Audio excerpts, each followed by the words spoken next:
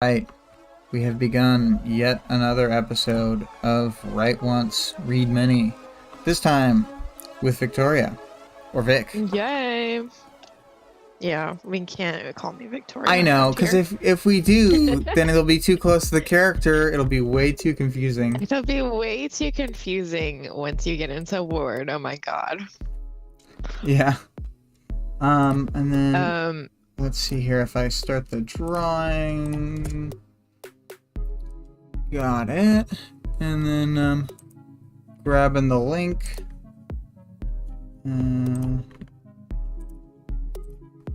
Alright, and drop that in the Discord. Alright, finally got that out there. So, good. People should start arriving. Let's see. Okay, so, I've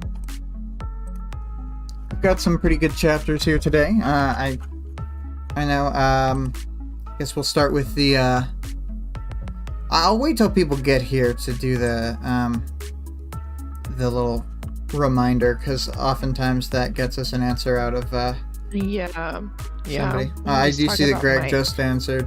And yeah, we can talk about your art. It's, we just flashed up. Art.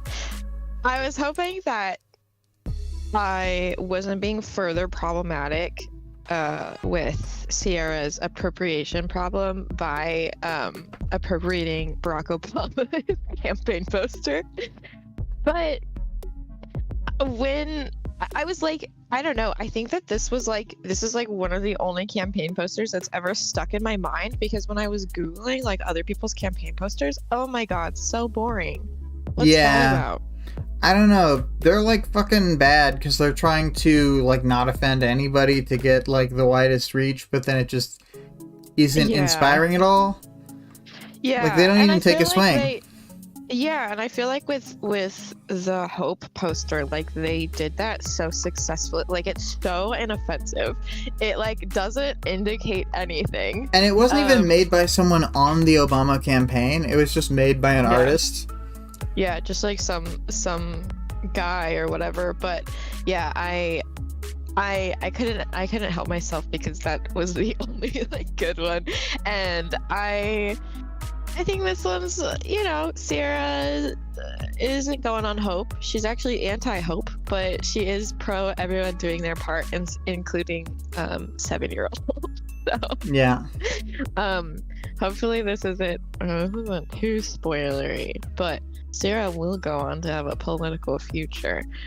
She does luckily get rid of the dreads before deciding to move forward with that. Yeah, she just has normal splayed out red hair, which is a lot more, I mean, come on, Sarah. It's 2011. It's 2011. It's honestly, though, I'm trying to think if I knew white people with dreads in 2011. Probably not, but I was like a child. I was like 11 years old. I, as a teenager in 9th grade, knew a 10th grader, and I thought she was really cool, except that she had blonde dreads. And I thought that was like the really, really opposite. Like it didn't even strike me as like insensitive. It's that thing that Taylor said. White people don't grow good dreads. She's like, and yeah, my older brother did attempt to dread his hair, because he does have like curly hair. Well, he's got like denser hair, right? Yeah, he has more like a Jewish style curly hair. Yeah, so like if I let mine grow out, it will become like the Jewish afro. Yeah, the traditional. Didn't work. Didn't even get to a point where they were recognizable as dreads, so I didn't have to like feel any type of way about that. Yeah, I usually keep my hair pretty short because it's just completely unmanageable after. Yeah, but anyway, now that we got some people in here, let's. I'm gonna read the audience participation reminder, then we'll address all the chats. 14.x question is, which horror movie monster or character would you want to see be a member of the Slaughterhouse 9? Oh boy. And you know what? Quick bonus question. We'll do 14.y, because I wasn't thinking about it when I was doing the questions. What silly thing would you do with a bunch of number man money? Let's get. Oh my gosh. Is number man one or So two much. words? 2 words. Number. I think. Yes, it is. All right, let's capitalize that M.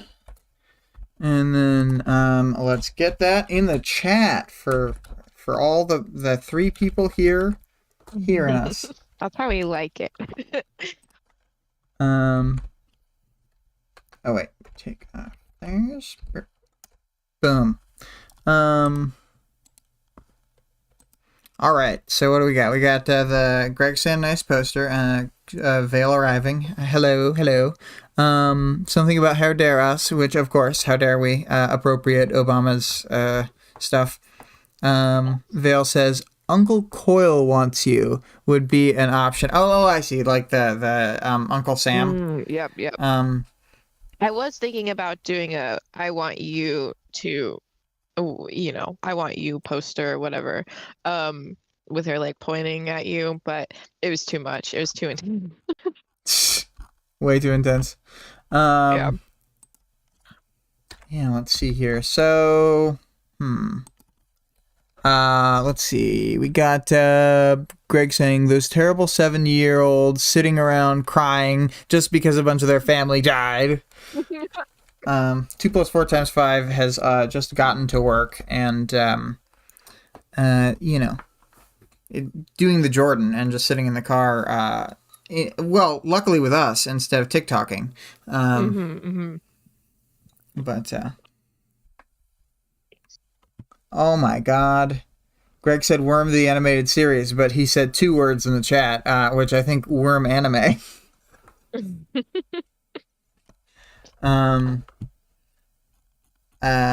Anyway, so I not to spoil the answer, which I will read again later. But now to the themes.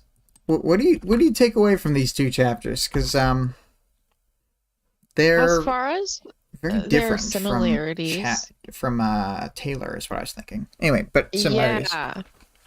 Yeah, for sure. I feel like there's this like both Legend and Sierra are going through like a weird space with their community where they're being pushed into, like, Sierra into like a more literal leadership position, but Legend into a position where he has to like make like really important or leadership type decisions that he'd been like neglecting to make before, because of like the betrayal by their community.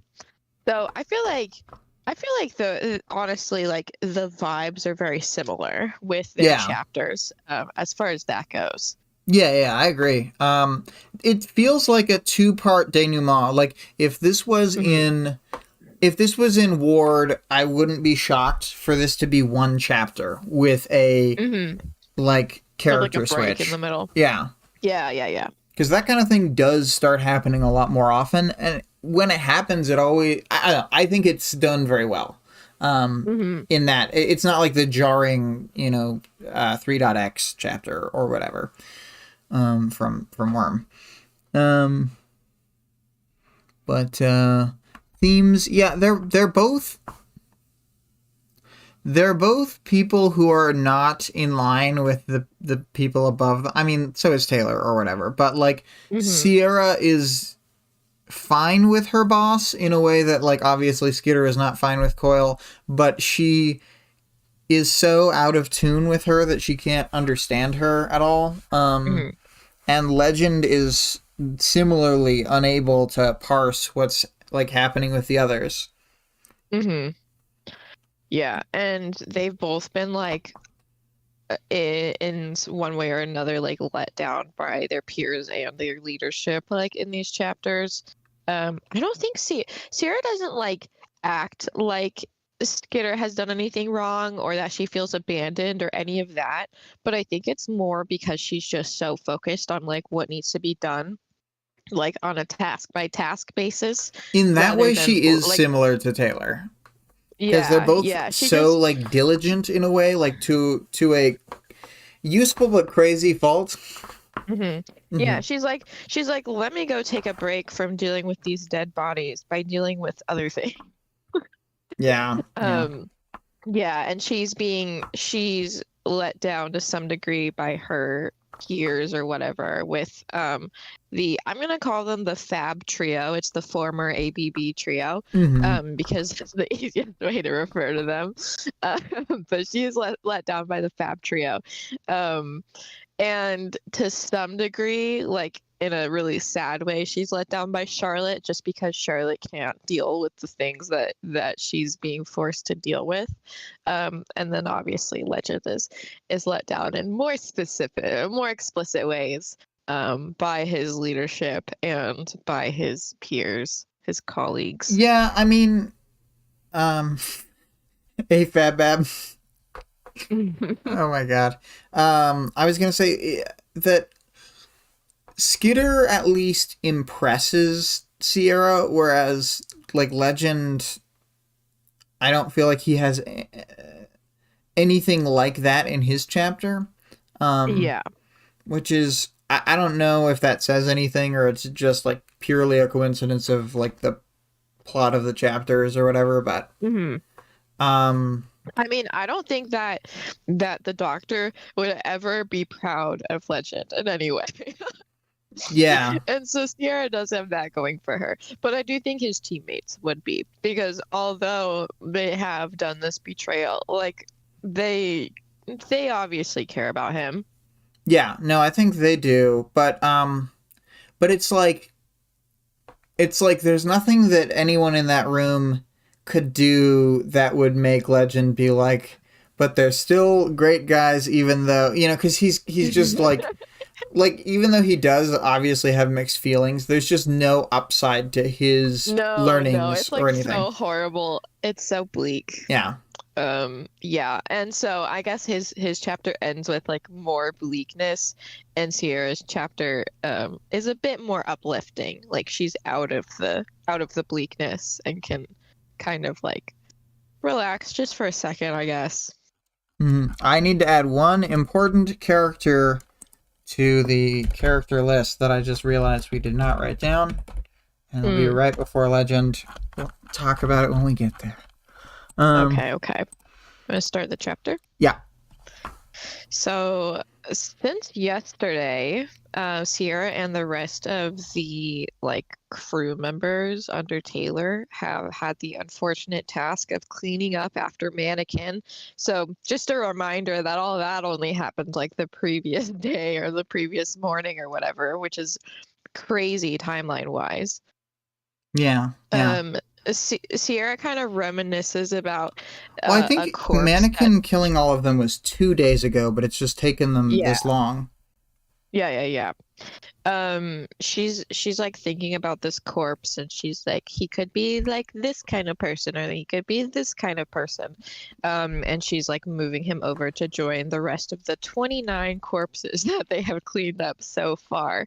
um I would say that and she's like, her take on it is interesting on like the guy mhm, because it's like the way that she sees him is like neither positive nor negative, and she doesn't assume yeah, the like she neither assumes something specifically uplifting or something specifically negative. It's like all over the map. She's like, these are all the types of people he could have been, but now it's like unknowable.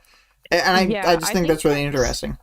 Sierra like exhibits like a really I mean, she has a really good head on her shoulders. She's just a lot more of a realist and has like a more, I don't know, it's like a less interesting perspective, but like a lot more realistic perspective on like what they're going through, than a lot of other people do. Like, she doesn't necessarily think anything good or bad about anyone, except right here when she's like, Jay's kind of freaking me out. He was one of the former ABB members that Taylor recruited, and he's like acting all casual. Yeah, he's like super. Well, was it Jay or Sugita that had the long hair? I'm trying to remember. She calls Jay Shaggy, so I think he Okay, has so long he's hair. yeah, so he's got like the long hair, and he's Jan's boyfriend. Yeah. Mm-hmm. Okay. And he also, this is one of the name repeats that we've gotten so far. There's going to be a Jay and Ward as well, who's also like a fun villain lackey. I like that Jay a lot better. Yeah. Well, like Jay and Nell Jay? Isn't it Jay, Damsel's assistant? Oh shit, there's 3 J's. Although he is just the letter J, I think, and then Jay is the name of one of it's, if you remember who Nell is, it's Nell's brother. Okay. Lots of J's then. Lots of J's. Yeah. Crazy. Yeah, I didn't even think of the one you were thinking of. Yeah, I had only listened to it, so it probably is like different when you're reading it because they're spelled differently. Well, I think well, maybe I'm misremembering too. So let's not go too exact because I read it when it came out. So Jay's kind of like, he's being all like psychopathic and casual. He's not done anything rancid. It's just the fact that he's like way too chill about all this. But Sierra decides to call it for a day and heads back to Skitter's headquarters through the secret storm drain entrance. Spooky. She enters the kitchen and finds Charlotte there, and there's like about 20 kids just milling about the like kitchen and like general downstairs area. Sierra's like, what's with the extra kids? And Charlotte said that the O'Daly clan needed some help. Sierra does not appreciate this answer, and she's like, they need to take care of their own damn kids. I want to extend Sierra a little grace on everything in this chapter, that she is very tired. And no, I know she's just a savage. It's fine. I like totally get where she's coming from. She's like, they need to take care of their own fucking kids. Yeah. And she kind of is like, well, it's ultimately your call, Charlotte, because you're the one who has to deal with them, which is not true. Like, Sierra 5 2 plus 4 times 5. We think you're awesome. Goodbye. Have a good work day. And that was a good call out. Oh, I should have told you, that was a good call out last week. I don't know if you, Victoria, listened to the spot that was called out by 2 plus 4 times 5 at 30 minutes 2 seconds of the previous episode, but it's right when Rachel punches Taylor to the ground, and yeah, it was a fun moment. Funny. I was glad to relive it because I forgot that I said it as I did. So taking care of the kids is obviously not going to be the easiest task, given that there's 20 to 1. But they're also like having like, they're like currently experiencing trauma. Like, you can't even call it PTSD at this point because it's like happening right now. Current traumatic stress disorder. Yeah, they're having current traumatic stress disorder, and so they're kind of like fluctuating between like just being kids and then like having meltdowns, which is like totally fair. But Sierra's just kind of like, they need to get their shit together. So Charlotte asks about the city's responsibility to the kids, and Sierra laments about how they're going to have to not only address like dealing with all these kids, but the similar amount of dead bodies that they've gathered. Oh, loads of dead bodies.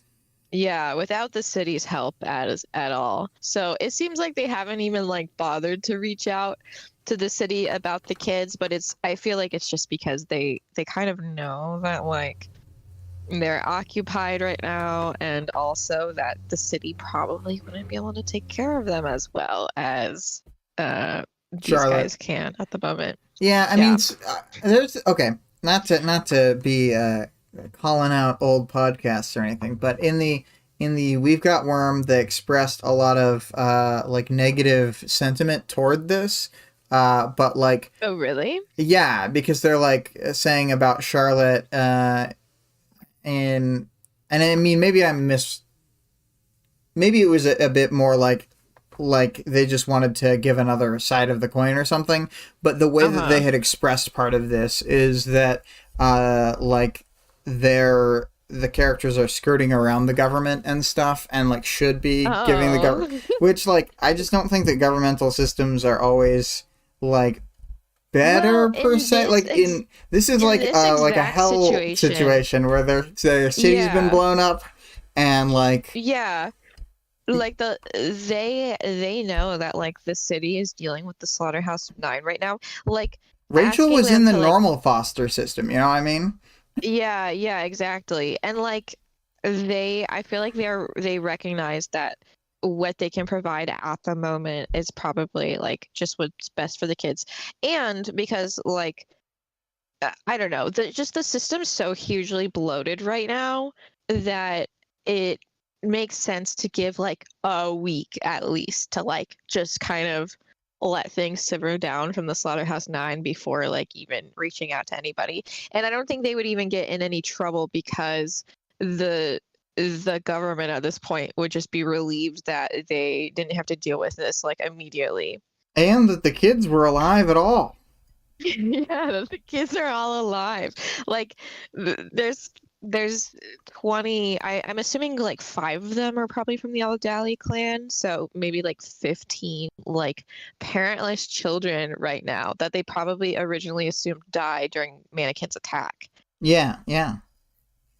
So Um, but yeah, they're just kind of like casually like, oh, shouldn't the city be dealing with this? But they're obviously not that like Skeeter's just showing committed off, to. stacking numbers, Yeah, saving kids left and right. This is yeah. what a show off. So, luckily though, one of the things Skitter has taken care of is the food supply, and she'd had delivered a wide variety and good amount of groceries. Sarah pleads for Charlotte to make dinner for all of them, which she agrees to, and Sarah heads out to the living room, and it's like full of like makeshift beds, which is crazy because there are bunks here, so it's like there weren't even enough bunks to fit all these kids. Yeah, I Um, think that's the implication is that there's like they have the entire barracks worth of kids sleeping in beds there, and then they also have all this other room. mhm. Yeah. So she thinks about calling Skitter for guidance or support or anything, but she instead decides to call her brother Bryce, the little shithead. I just imagine, I don't know if they say, but Bryce definitely has frosted tips. He's got that like spiky little kid hair with I like know way that you too much shouldn't hit gel a in it. kid, but sometimes when Bryce is talking, So they do have like a typical big sister little bro conversation where he's like clearly not interested in talking to her, and she's like freaking out the whole time. But from the convo, she learns that Tattletale has been away for a day or two, just as Skitter has. So they both left like 48 hours ago at this point.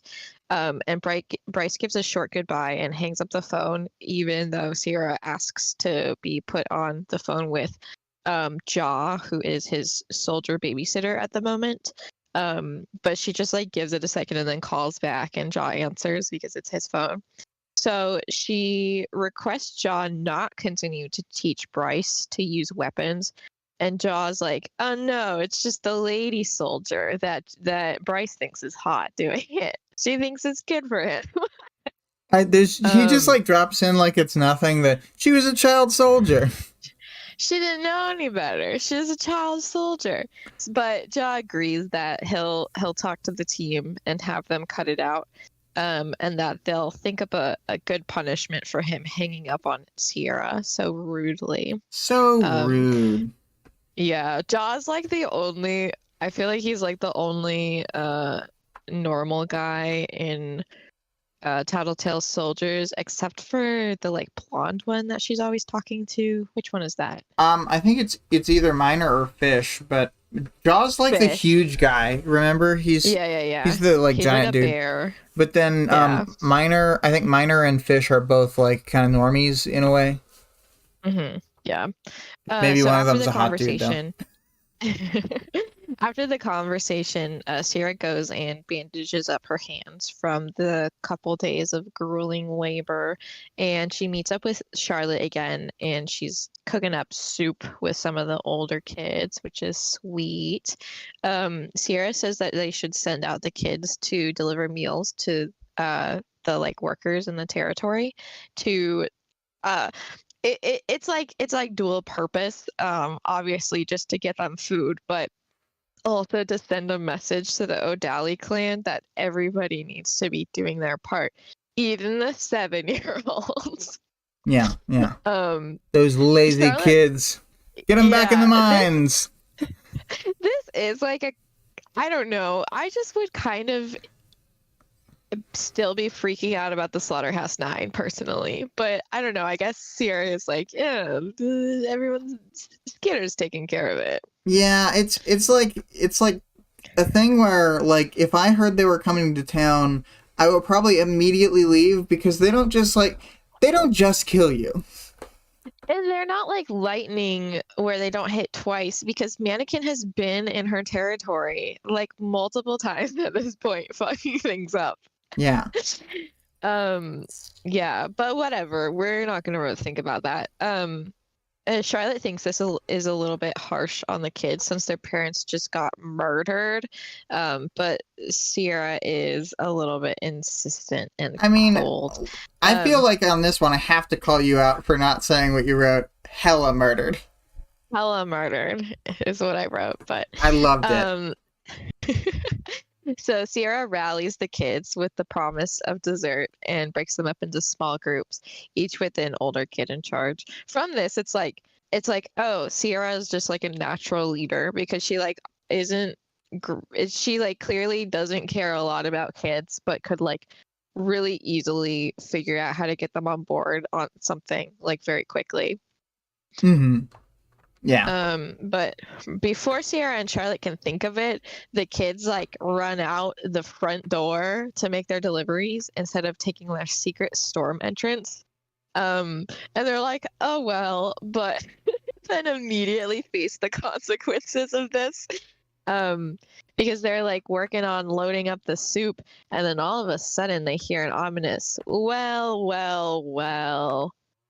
So Jay and the other two former ABB members, also known as the Fab Trio, enter the headquarters where they saw the children leave and are not pleased to find the I like what Greg lifestyle. heard. She's a natural leader because she doesn't care about kids.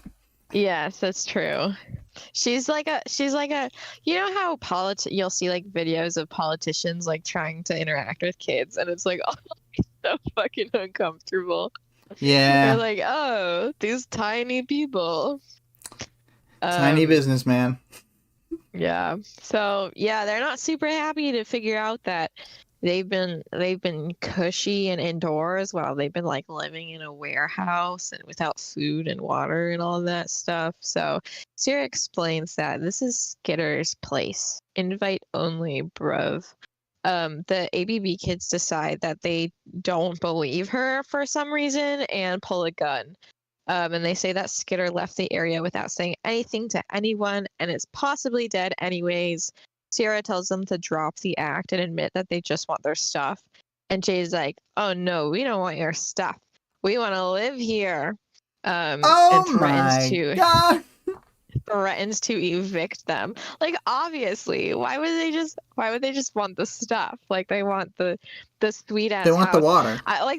They don't go into detail about like the condition of the house, but it was literally built after the Leviathan attack. So it's pretty sweet. Yeah. Comparatively. Even if it's just a normal building. Yeah. Sierra tries to beat Gunn with Brain and tells him that the people delivering the supplies won't be too happy when they figure out their customers were kicked out. which is a pretty weak argument, which she admits to herself. But the trio offers a much weaker threat than their original, that they'll throw a party in the headquarters. Or And are they the you'll have to iCarly clean crew up. with guns? I know, I was like, what the fuck are you talking about? And Sierra's like, ugh, you'll have to, and then we'll have to clean it up. Like, she has the exact same level of reaction to this threat than the original. And Charlotte's like, oh my God, Sierra, like, maybe we should back off. But unfortunately, they decide to go harass the girls. Charlotte like instantly has a trauma reaction, which like just gets them more hyped up about it. Yeah, like Sierra once there is the trauma reaction, then Sugita is like, ugh. He's like, oh, and he just like holds her wrist for the rest, not for the rest of this chapter, but like until we see Charlotte move away from him. He's just like standing there holding her, which is pretty fucked. But I pulled a quote here if you want to read it. Yeah. Just let us go. Do whatever the fuck you want here. It's on your head, but let us go. Don't think so. I hate arrogant bitches. Going to spoil my mood if I don't do anything about it. Your choice. I can shoot through your palm, shoot you in the knee, or I can shoot one of the kids. We hate arrogant bitches. Yeah. Exactly. Just so stupid. But yeah, it's just a reminder that the more mild-mannered kids, the ones that didn't want to go do the food deliveries, are still in the room with them, and they've just been like silently crying like in the shadows of the kitchen, which is just such a sad visual. So Sierra like I want to say doesn't. I want to say that I had initially been really hyped for these characters to join Taylor. I was like, yeah, she won over people from a different gang because they're like, you're really violent. But then sadly, they were not brought into her way, and just also were like, but let's kill a kid though.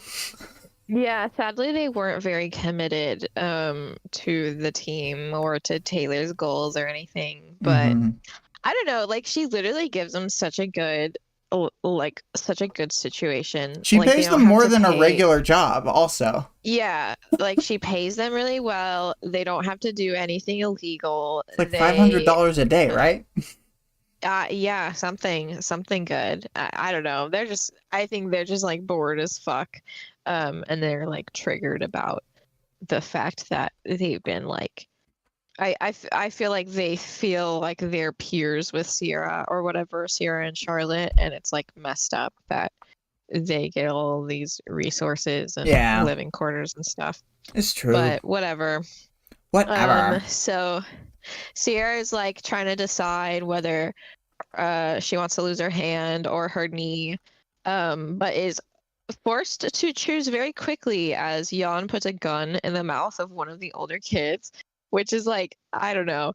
I didn't expect them to follow through with their threat originally. And so when they stuck the gun in the mouth, you're like, whoa. I guess they are like, I guess I had seen the ABB pre-Bakuda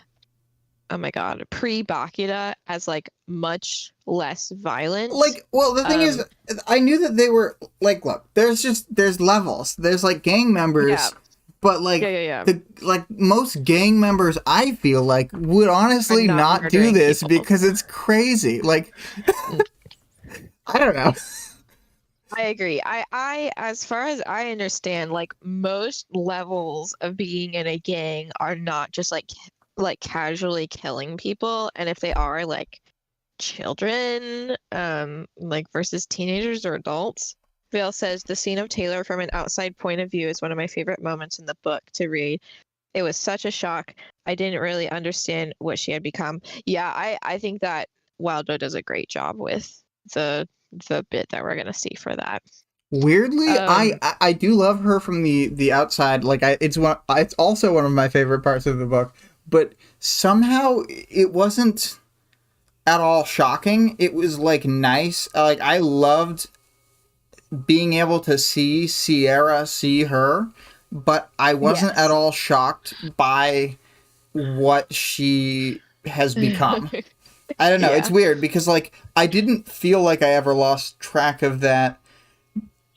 It's hard to explain exactly because I did get wrapped up in her headspace, but I also still, like, she does think about those things, even if only once at the start. Like, once she thinks about it the once and she, like, clears it off her plate, like, I still have in my mind the idea of the giant crazy dogs. I don't, like, ever, they don't soften in my mind, I guess. I think that But I mean, don't know. obviously, I think this is a common. I think it was well done. So, anyway, sorry. yeah, I think that it's just shocking to see just how effective she is at what she does. And like that's where I'm coming from, because it's like you're like, oh, like she is really good at this, because it's like you just haven't seen her like do her thing from the outside yet.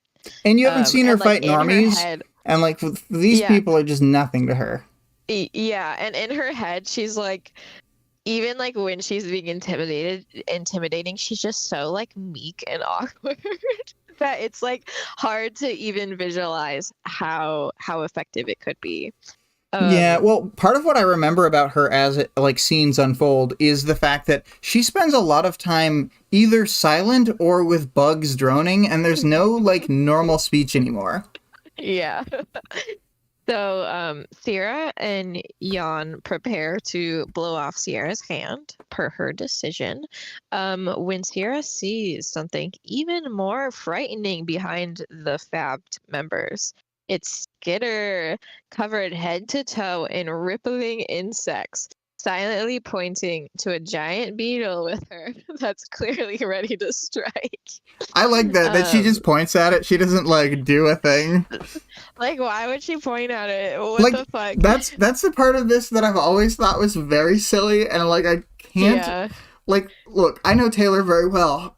I can't think of what she was thinking in that moment. She's like, look. Look at that. They know, bro. They know. Skitter explains that if they shoot, they will die, going into morbid detail for many minutes of a Greg's death interpretation by brown is so good. Really? In front of my beetle? That could be it. So she tells them that she's already put brown recluses all over them.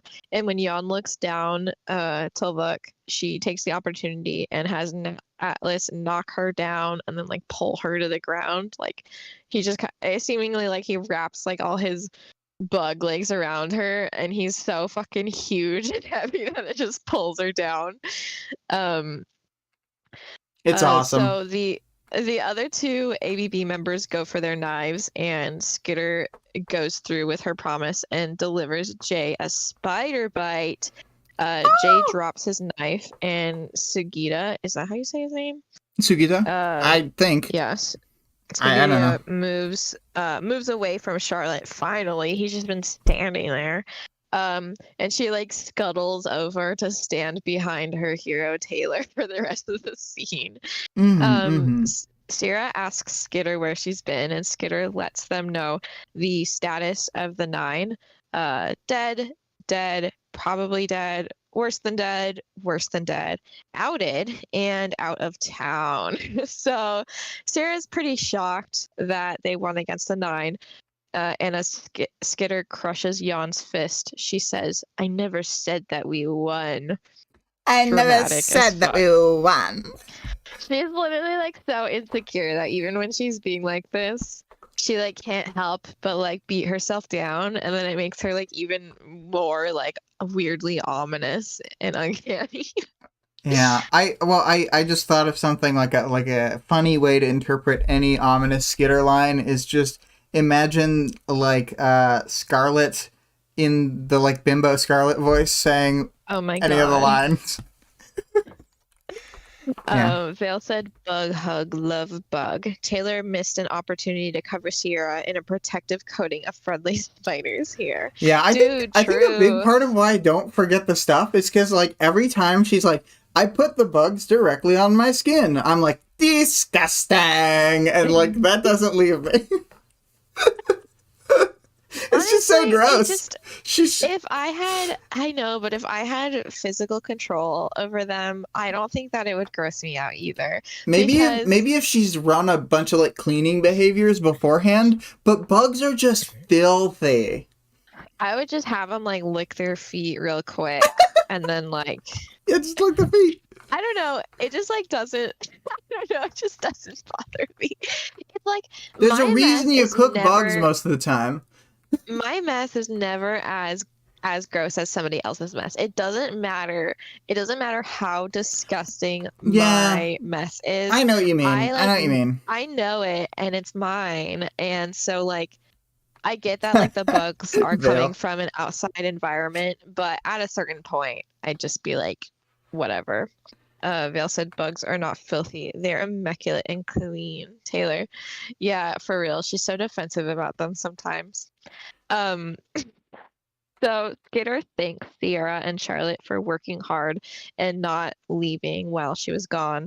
Jan asks Skitter what she's going to do, and Skitter asks Charlotte to take the kids out of the room. And then I have a quote you can read here. Jan raised her voice. You left! You abandoned us! Hand or knee? Skitter asked. Hand, knee. Fuck you! Jan shouted. Then she convulsed. She thrashed, dragging her hand against the pointed forelimbs with such violence that she opened ragged cuts in her palms. She stopped as quickly as she started, her eyes going wide. She'd been bitten, more than once. Shaggy hair, hand or knee?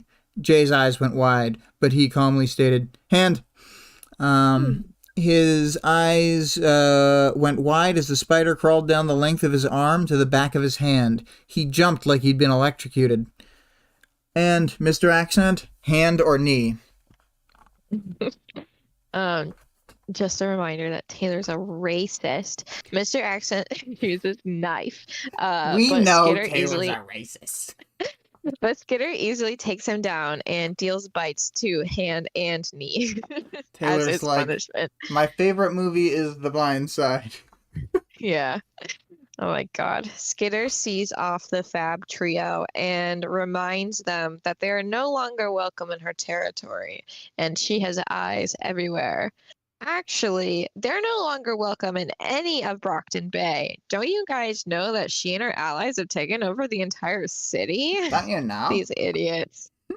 Vale said, Taylor's such an amazing teacher. Look how quickly they were learning. So they leave pretty unhappy, and Skitter apologizes to Sierra for being gone. Skitter sits and puts her face in her hands. Sarah stops herself from putting a comforting hand on her shoulder when she sees all of the insects like crawling around on her. But when Skitter pulls up, her face is dry, and she says she's just tired. As Sierra makes Skitter her tea, Don't worry, I can't feel my emotions. She asks if the Fab trio is going to die. Skitter admits that the bites weren't actually from brown recluses, which makes me really curious what they're from that are like so incredibly painful but not deadly. I think they're just psyched up for it. It's just like they feel anything at all and they think they're being poisoned at the same time. Oh, You know what I maybe. mean? Because Jay doesn't really have a reaction. He just like says hand or whatever. Yeah, like what's her name is convulsing because she's all like, she's freaked out because of the poison. But then she stops when like she's cutting her hands. You know what I mean? Vale says it's mentioned later and it's bullet ants. I think that she doesn't use bullet to ants somebody here. else. The bullet ants are later in the story. It's what Greg's saying. Anything with big mandibles, the initial bite would hurt a lot, not long-term effect. Yeah. But yes, the bullet ants do get used. Spoilies. Yeah, I remember the bullet ants because I don't know, it's upsetting. But I don't Sarah know. The people they're used on, I like even less than these people. So Sarah asks if she's worried about the Chosen like causing problems in Brockton Bay, but Skitter admits that the biggest challenge she's going to be facing comes from within her own group, the man at the top. Oh my God, they're spilling secrets. Oh my God. So I pulled this quote out because I really like it. It's one of my favorite bits in the whole book. It's my final chapter thoughts that I actually wrote down. It was surreal hearing the girl talk about dealing with the Slaughterhouse Nine. They weren't in the same category as your average villain. They were like monsters from horror films. The killer who always got up at the end of the film. The monster who never died. Yeah. I love that line. Pretty spooky. But yeah, I think this chapter is really good. I really like Sierra's perspective. Like I said, it's like a really good mix. I don't know, she's just kind of like a lot more average than the other characters we hear from and are going to hear from, but it's like she's so like level-headed that it's still like a really good perspective, because you get to see things, I feel like, kind of more like they are than you do a lot of the time. I agree. I don't think that. I think it's like you said, that she just has this really like real, like the real is what she focuses on. Like she can see the actual world. Yeah. So. She's just not nearly as clouded by her own feelings, because later we're gonna learn like more about, she seemingly like really doesn't want to be working for Taylor, and like she's expressed that. She doesn't really bring that up in this. She's like, just you got to do what you got to do. I'm here in this moment. She's just so in the present and dealing with the immediate. I don't know. It's a great chapter. Love seeing Taylor outside of her perspective, and I think that that he does it in a way.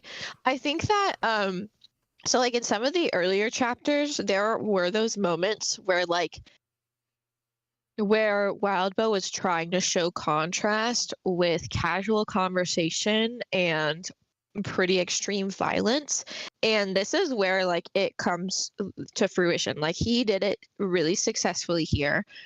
It's not a casual conversation in the sense that it's about a casual topic, because I think he like has realized that doesn't usually make sense in these situations. I'm thinking about specifically when they go and like burn down the ABB, one of the ABB headquarters, and they're talking about like, we're gonna build the furniture later, and they're like flirting. Yeah.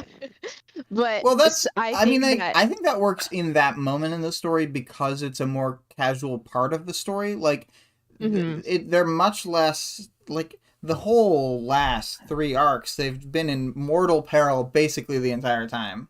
Yeah, but I feel like he like really pulled it off here with like that mix that makes it even like more like alarming what's happening. That dialogue would be fucked here.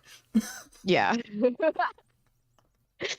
But yeah, it was a great chapter. Yeah, I really like it. I was gonna ask if you can scroll down a little bit in your next summary and pick a spot that you want me to change the art. I think that you're right, because it is like here, maybe it is like relevant. Hold on, I can't see where your thing is. Pretty far down in the chapter, honestly. Good. The reason I don't feel bad doing late splits is because the second art gets the entire rest of the thing. Yeah. So. Yeah, exactly.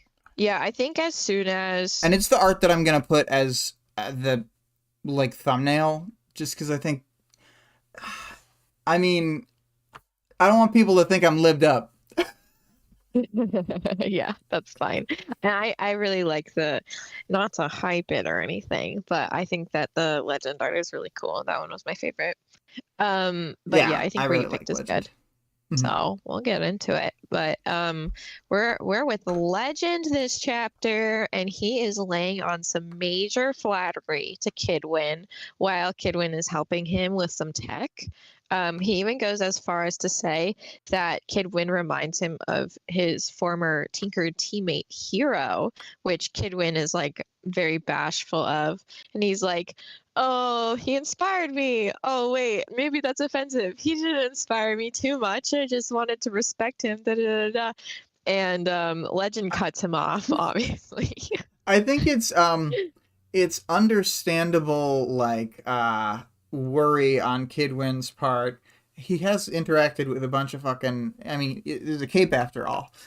I mean, capes. Yeah, exactly. Like if you were to like base off your costume on somebody else, like I feel like and people like knew that, I feel like that could cause like major issues in the cape community. Well, I Um, mean, I feel like this is one that could work, but like, I mean, what I'm thinking of is like when a character, like, let's say a not good-natured character is in Legend's shoes, and it's like, you're basing your costume off my dead teammate. Blah! yeah. Yeah, nothing like him. Yeah. Yeah. But luckily Legend cuts him off and he's like, "Don't worry, Hero would have been flattered." Um, Like Hero Legend was is like, just like actually good natured. I want to put that out I there. know. Like I He's my just so interpretation. nice. Some people are like probably thinking like Legend maybe has some other motivation. I don't know. I think that there's just a true blue hero out there, and it's Legend, and he's Mhm. too complacent in the early days, but he really wants to do good, and he's just his power is laser. No, he's gonna figure it out. Yeah. Um, Well, he kind of he kind of exists through things, but I don't think that he never really makes the change, in my opinion, that he wants to make. So mhm. he just kind of goes with the flow, and that's his major flaw. But boy, howdy, does Yeah. he want to be good? Yeah. I think he's a real good guy. Yeah. But he they kind of like Hero was kind of coined as the first real tinker before they even knew that tinkers had specializations. And now Legend suspects that Hero's power had to do with wavelengths and frequencies. And this statement gives Kidwin an aha moment, but he chooses to keep chatting with Legend rather than go into Tinker mode, which is like also a cute moment. He's like, Legend's like, "Oh, do what you have to do. I know Tinkers," and Kidwin's like, "No, I want to keep talking to you." Yeah, yeah. um, yeah, Legend's just like, I don't know, he's just so sweet in this chapter. Mm-hmm. But Kidwin tells Legend that he's been getting more comfortable with his power and trusting his intuition rather than trying to overcompensate for his dyscalculia with computers and like overdoing like measurements and math and stuff. Kidwin is getting the feeling that his specialization is with modulation and adaptable gear and weapons. Pretty cool. I feel like I feel like I that's guess actually this really isn't. good as a cape in like these ground game Oh, absolutely. situations because they Yeah. face so many different challenges that like with the right power you can just like totally defeat an opponent, and like if he can swap Yeah. it around really fast, because we've seen Arms Master do that. His bag of tricks is super deep, and like, Mm-hmm. you know, if Kid Wins was as well, because he's, you know, he's stealing all the PRT tech too, just like all the other Tinkers. Tinkers are just so good, honestly.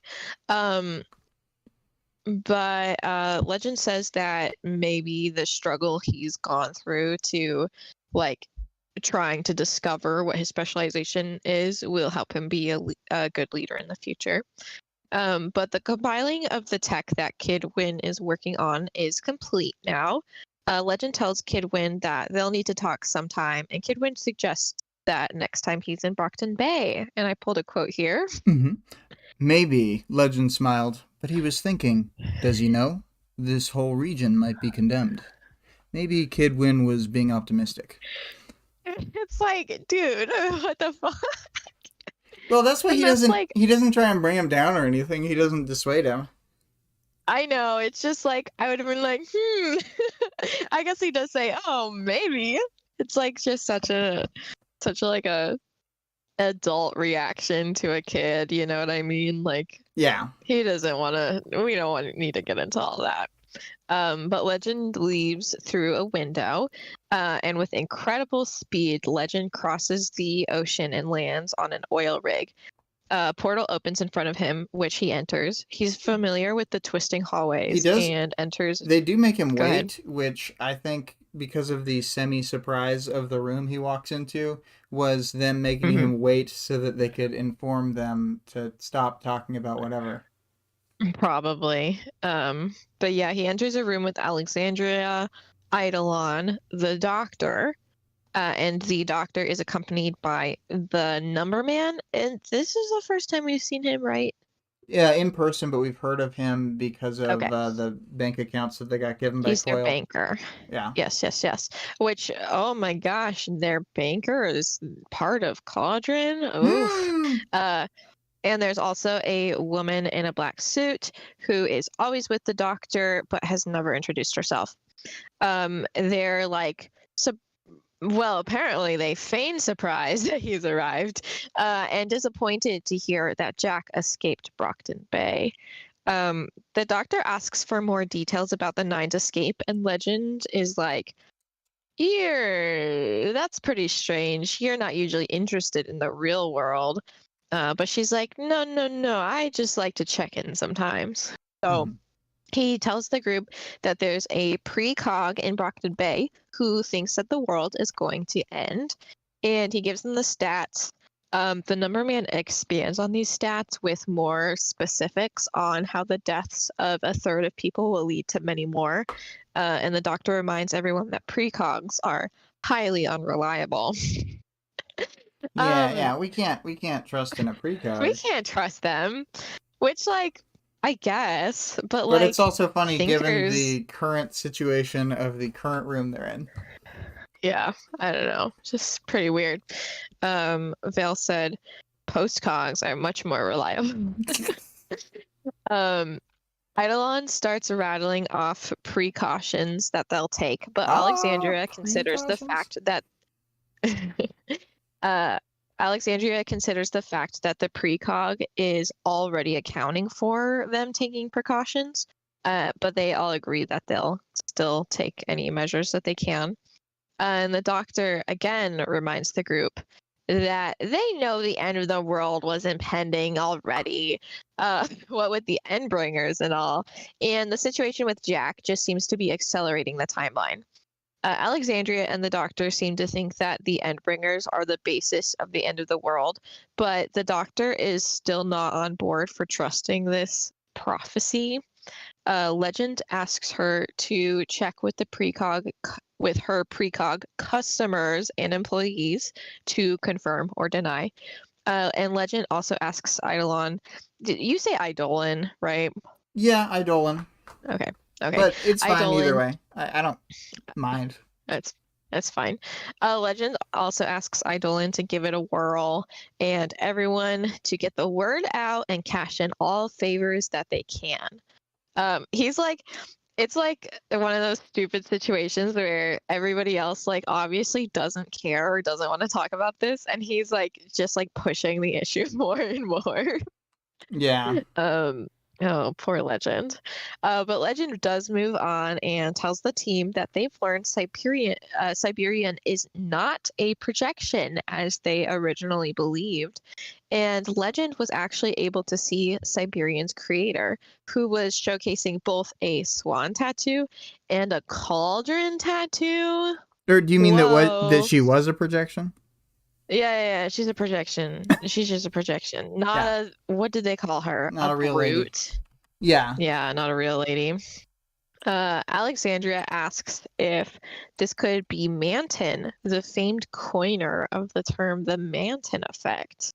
Legend doesn't seem to want to believe this, then gets a bit accusatory towards the doctor. She had been the one that told them that Manton had been traveling the world, creating deformed parahumans and tattooing Cauldron's symbol on them. That seems convenient. Yeah. And then the doctor has this like no non-reaction that like does not put her in a good situation. I do not understand why she acts like this, but I guess it's just her personality. Yeah. I mean, She's like, that's interesting. a lot of what the doctor does is very like it's interesting to me, but like I don't think I have a full handle on her character or something. Yeah, me neither. So Like she's just like really I was gonna say Go she's ahead. just so good at like holding her expression. I don't know. It seems Yeah. she's like I don't, good at lying to the point where it feels like she has a power, but she doesn't. Spoilers. Mm-mm. Um. Spoilies. So. Spoilies. She's just a human. Oh my god. Yeah, the doctor seems pretty unbothered by this accusation. But Legend starts defending his claim with the facts about where these case 53s were showing up and like where Siberian had been at the time. And I pulled a quote here. Yeah. The pattern doesn't fit, he said, to drive the point home. He looked at the doctor. Which leaves me to wonder just who is conducting experiments on human subjects. We have no need for human experimentation. The number man can calculate the odds of success for a given formula. The Legend I know she has like a more... French accent, but I don't think I can do a French accent. That's okay. Legend presses more, and the doctor doubles down that it's not us who have been creating the case 53s, I promise. She suggests that he search the building, but he's like, we all know that I literally couldn't do that before I died, which is crazy. Where is this building? And anyways, she had access to portals and alternate realities this whole time. The doctor's like, shrug, sigh, well, I can't make you believe me. Alexandria jumps in and tells Legend that based off the doctor's body language and tone, she is telling the truth. The doctor concedes and Legend concedes. The doctor would never concede and apologizes to the doctor. Alexandria ushers Legend to go home, and she'll deal with all this tricky thinking nonsense. Before he leaves, Eidolon also mentions that, well, my power's not helping out with this one, gang. They are in basically like a really non-convincing way. They're like not lying super well, and because they're just like kind of being like that himbo. Like, I know. Like he is definitely treated as like a moron by all of the other, and he totally knows. He totally isn't though. That's the thing. It's like he's not.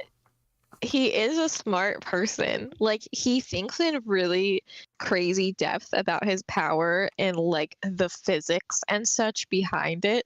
Like he obviously isn't dumb, but like he just like trusted his friends. Yeah, and Alexandria and Eidolon have like they both have thinker powers to some extent, and then they're just like, ugh, this mere mortal. And like their last team member was a tinker too, so they probably like. Yeah, true. Yeah, but I mean, like he's the dumb one, and he can turn his brain off like a himbo. But he rules. He's smart too. So anyway. Legend heads out and through a portal and immediately heads to his office. He removes an earbud from his ear and plugs it into his computer after taking some quick precautions to not leave a trace on his personal OS. And oh boy, the tech Kid Win had been installing for him was Armsmaster's lie detection system, and he caught the doctor in quite a few lies. Is it time for the speed drop? Yeah, you can change it. And we can see all of the struggles I had with my stupid ass layers. I did do the like a really similar process in both of these in both of the chapter arts this week, like as far as the painting goes and stuff, which I thought was kind of fun because they don't look anything alike, but they had a really similar base. I'm going to tell you something funny. You know our very short-term coworker who's leaving? Well, I showed them your art for this when I was talking about stuff. And oh my god. She was pretty into it. But yeah, I think she does art as well. I've seen her do a little bit. Yeah. And I'm like, wait, not only are you leaving, but you also like Hunter x Hunter? This is worse than before. This is terrible. So here's the art. What the fuck is this called? ICSSI or something? ASCII. Yeah. So that's what we made. So I just did a little sketch there, and if you look closely, you can see he's unfortunately surrounded by lies. I wanted to say, I really appreciate that in this art that you have 7 lies, and the 7 lies, that's as many as are on the chapter, and the one that he tells one lie, so the one lie is on his mouth. Yeah. It's Yeah. so Thank good. you. I'm glad you appreciate it. I love it. Yeah. I was happy with how it turned out. Yeah. I didn't even mention in the chapter write up that is the tech like includes these little portraitures like when they're indicating like who lied or whatever. So that's cute. Yeah, and it says It like seems like that's something that Kid Wayne added. yeah, but Because I think that is part of what he added because before it was in real time, and in this it like stops the video every time that there's a lie. But like it like shows it in this like all 3-letter all caps thing. Like in the exact way that your art does, and I that was so cool. Very nice. So let's go through these lies. The doctor lied about why she was interested in the state of the Slaughterhouse 9. Very interesting. The doctor lied that the number man eliminates any need for human experimentation. The doctor lied that Cauldron was not responsible for the case 53. It's pretty damning. And then the doctor lied about not knowing how Manton is connected in all this. And worst of all, Alexandria, his best friend, lied when she said that the doctor was telling the truth about not being connected to the case 53s. So Legend had actually been harboring some doubts about Cauldron since seeing Siberian's creator and his tattoos. And as Battery had been dying in the hospital, I guess that's like a surprise. We did not know that Battery died.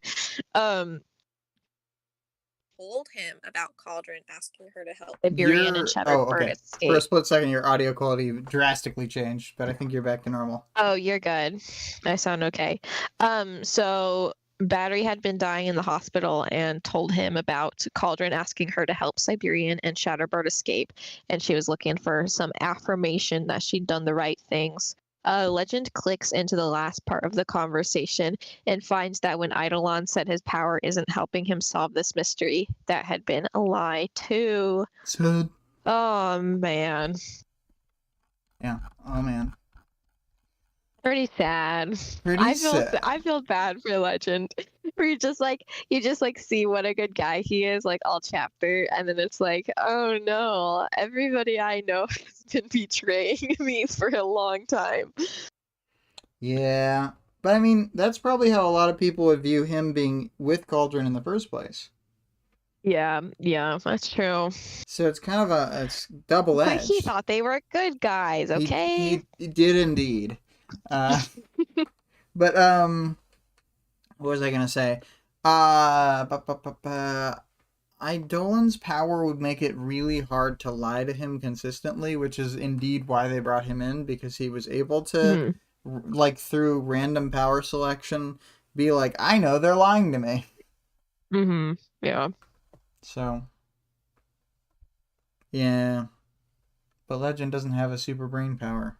No, he's got a dead brain power. Yeah, he has to, all light, head empty. Yep. Do you have any final chapter thoughts? I think that the last part of this chapter with the lie detection was like really effective, where it's effective because we already know all this shit is true. Like, it's like you're in the dramatic irony because we're in the know or whatever, but it still is like emotionally jarring when like the lies pop up. Like, I feel like even hang on, do we know this at this point? We know most of it. We know Cauldron's making the case 53s for sure. Yes, we knew that. And Greg says you did call him a himbo, pure of heart, dumb of ass. And we know that Cauldron was in support of Siberian and Shatterbird. Yes, we know that part. We know that. We know that. But see, part of it is it was a big surprise to me. I didn't know that the triumvirate, and Yeah, maybe they but they say were like this, in but on it. I didn't know that the triumvirate or the number man, or those are the four characters in this scene where I was like, I've heard of all of these people, and I didn't know any of them were in Cauldron. Yeah, Maybe, exactly. So yeah, they're all secretly in Cauldron, so that's the surprise to us, and then the surprise to us and to uh, Eidolon is um that they know about all of the horrible things yeah, and that that it's Cauldron has been doing. like literally all of them. Like maybe the bodyguard doesn't know, but actually she does know. Yeah, she does. So like he's got no he has no more peers, like true peers to rely Hmm. on because he has a lot of friends and subordinates, but like um they're just not on the same level as like he's thought he was in the know. That's what I should Yeah, say. and to tell and for him to share this information with anybody, he would have to explain that he is a part of Cauldron, and like Yes, that too. that's not good either. Yeah. It's a Um, toughie. yeah. So I feel like it's a good mix of that, like he's having this reaction, and then like at the end we're learning that like Alexandria and Eidolon are also in on it, and you're like, whoa. Yeah, yeah. I think that was all really effective. Mm-hmm. Yeah. Good chapter. Good chapter. I really like the Hmm. part with Kidwin at the start because as I was explaining earlier, and we'll talk about more in depth in the character section, I think this is where the Kidwin upswing, his glow up arc happens. Blow up. Yeah. So now characters. Starting with Jaw. He's I think he's a pretty good person to be in charge of Bryce, probably. Yeah, he seems like good humored, in a way Yeah, that like a lot of the other soldiers aren't. he So can't. he's not gonna like torture Bryce. Yeah, like he can be a hard ass, but like he also seems to have a uh like the correct amount of understanding, I guess. Like he bails on the Hmm. fight or whatever because Bryce was with them, and Hmm. like he's pushing Bryce but not too hard. Like he seems to be good at this specific thing. Yeah, he's gonna being a soldier babysitter, which is good because that's the position he's been put in. So, Indeed, indeed. um, yeah, I think that's it about Jaw. And then oh, I guess the other thing is that he's still like loyal to Tattletale, and I think that that's going to be important. That which soldiers like are or Hmm. aren't loyal to He's an Tattletale. ally, but we learned that several chapters ago Yeah, when but it's more like the when Sierra Tattletale Charlotte puts him. thing, where they where they're like really true, whereas we had some fake friends along the way. Hmm. Yeah. But what was the thing Tattletale said to him? Oh, she put him in the gay couple group, and he was like, haha, nice. And then the other Yeah, guy was like, no, I can't be gay. yeah. I think Jaw it was Minor who thought it got. was funny. I think well Yeah. it was Brooks the medic who was being like Oh, yep, yep, yep. yeah. That's right. He was about to flip out, and then Jaw's like, "Look, I'm gonna really make you my girlfriend." Yeah. Um, He's like goes into it. Bryce, he is a little shit. Hmm. Yeah, he still like hates Sierra just for like being an authority figure over him. I don't know, it's just so bad. It's like it's so bad and so consistent, you know what I mean? Like usually like a little brother character has like some like dichotomy like between like loving and like needing their like older family members or whatever, and then like resenting them and stuff, but he just consistently like is so horrible to Sierra and like so uncaring And about like how she was doing or her like affection towards him. when we see him later, he's like continues to be full shit mode. He's just like the worst. We Yeah. hate Bryce. We hate Um, Bryce. we hate Bryce. It's like he could have been like a more nuanced character with like joining the merchants or whatever, but like he just joined them to be a little shit and was like fully enjoying it. Like didn't have any problem with what was going on. Yeah, yeah.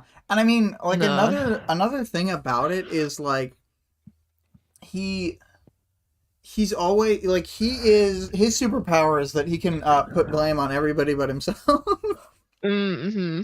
Yeah, but anyway. So moving on before I just like talk about Arc 15 a bunch and Bryce being a little piece of shit. Sierra. The much better, cooler sister to Bryce, who we love Sierra. We stand Sierra, some would say. We know Bryce has like zero reason to be the worst because Sierra is like so normal. Yeah. Like, and like she probably I don't told know. him to like do some chores and that's why he hates her. I know. And it doesn't even come off like Sierra was put in like a parentified position like as a child. Like it seems like that's only been recently since their parents got sick. So it's not And like she is an adult. they were being like it's hard to like this is another easy to forget thing, just like all the she's like crow's 21. bug powers. She's like significantly older than Taylor. She's like 6 years older when that's a quarter of or like a third of Taylor's age or whatever. Yeah. 2/5 even. Sierra hates lazy people. She I think she just really resents like the people who aren't like putting in their part. It's kind of the only like thing that she gets hung up on, and I feel like her mind gets clouded by a little bit, is that like resentfulness towards people who aren't playing their part. And luckily she's not surrounded by that. Maybe like, that's why it didn't strike me, because that's also one of my big resentments. Yeah, like luckily she's not super surrounded by it because like she has no issue with the kid, she has no issue with Charlotte, and even like the former ABB members she was like totally fine with until they decided to like turn on them and fucking pull a gun on a kid. So, you know, but I don't think she's like clearly not having a good time, but not really a lot you can do. Well, her chapter was great. We will always love Sierra as we see her more throughout the book. The Fab Trio, you want to kick us off on them? Fab Trio consists of Jay with shaggy hair and Jan, Louise the girl. That's main trait, girl. I think we see her in a flashback scene like way later, and like she's doing this same kind of shit. Great. And then it's Sugita, who has a strong accent. Yeah, and they all suck in different ways. Jay is the leader, so he sucks. Sugita is a sexual predator. Is a sexual predator, and Jan put a gun in a kid's mouth. It's pretty bad. So they're all pretty bad. Hopefully we that gun's probably not even clean. Again, yeah. It's dirty. Yeah, and like I say, so I think stupid. We literally see all three of them again in like a distant flashback where they're in the ABB for real. Oh, okay. Well, that's not as bad. We don't see them. Yes. We don't see them since this. That's like, true. Time-wise. In future times, we shan't see them no more. Yeah. Yeah, it's pretty sad that these teens are so fucked up because probably mostly because of like their time in the ABB. Like, yeah, I think a lot of it is from Lung. Like, I know that they were already in gangs or whatever, but like, I gotta imagine Lung's gang is worse than a regular gang. It seems like it's worse than a regular gang because he does hire weird bomb maniacs and then just like kind of lets them do their thing. And like, I mean, I just feel like if you're the kind of person who can back up Oni Lee in a fight, then you're probably already a murderer. Yeah. So, yeah. Yeah. And it seems like they also put like even before like what's her face? God, Bakira like literally threatened everybody like physically. They seemingly were either forced to join the gang or to pay gang dues Well, if you are. it's like that classic IT crowd line. Imagine how many deserters have been shot in the head with this. So they do use fear for sure. Yeah. And yes, they were press ganged and forced to work as either like soldiers or prostitutes, and or pay tithes. So, Yeah. So you know not who great. was also racist? Long. True. Oh my God. Okay. Well, what do we got to say about Charlotte? Charlotte, she is pretty like in some ways noble character, the way she's taking care of the kids. Mm-hmm. But obviously is not able to she's good in other situations than this chapter. She's not able to cope with this situation or similar situations to this. Yeah. But she's good at what she does. She is good at raising 20 kids at once, which is saying a lot. She's like a school teacher. And like I don't think that like any but like 100% of the time. Yeah. I don't think that anybody else would be able to do what Charlotte does. Well, Charlotte, without having superpowers, has gained a Taylor Bud, and she can now have the her version of the power is to have some bigger children lead smaller children into well, not combat, but chores, storm drains and such. Yeah. So, yes. Yeah, I like Charlotte and Sierra's relationship. Yeah. Yeah, I just think they're just kind of sweet, and like even in this like dire situation, like the way that Sierra like begs her to cook for her, it's like clear that they're kind of like buddy with each other. Yeah, they're friends, they're homies. Yeah. I don't have much more to say about Charlotte. Moving on to the kids. There's a lot of them. 20 now, but I don't think that they're all theirs. It's like maybe like they got a large coffee, a venti. Yeah. So yeah, there's not a lot of description really. Their parents are dead. What are you gonna do? Their parents are dead, and they were smart enough to like not do anything during the confrontation with the Fab Trio, which is like it just makes it more depressing, honestly. Because it's like, oh, we've been through this before. Probably some of them have been through like similar confrontations even like before Mannequin killed their parents, like after the Leviathan attack or after the Bakita bombs. Because the merchants were running rampant, things weren't doing too good. And now they know how to silently cry and to just kind of make themselves small in the edges of a room. It's very sad. Because, like, when you see the Mannequin fight, like, the thing that sets Mannequin into, like, kill mode is when the kid's like, Mommy, I don't want to be here. I think that's the exact line. Oh, no. And then, like, that's what sets him in kill mode. But, like, none of the children say that. Yeah, they know. They know better now. Yeah. You can't just go around saying things. People will start trying to kill you. Oh, my God. What do you mean trauma? They're also the other thing is that they like help Charlotte without her asking, which is very sweet. Because there's like, well, maybe she asked or whatever, but there's like kids that like join her in the kitchen and are helping cook and stuff, and I think that's cute. Then we've got the woman of the hour, the VIP. She gets the first slice of the PIE. It's a Skitter. Skitter.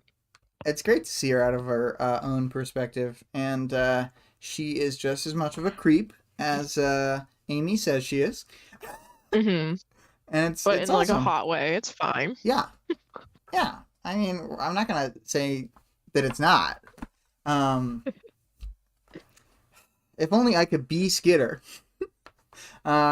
Use my Yeah. bugs to be grossed out by myself, and then beat up someone with a gun. I guess it sounds pretty Yeah. dope, actually. It's pretty fun. She's hella cool. She's back from her fight. She's pretty tired. She I don't have time for this shit. I'm just gonna bluff. she fucking she literally loves tea. Like I don't understand how she thinks of tea like in these situations. You know what I mean? I get Like it, you're doing because so she doesn't have like a proper appetite, but she can always drink tea. it's just tea is so gross. Like I have tried What? so long.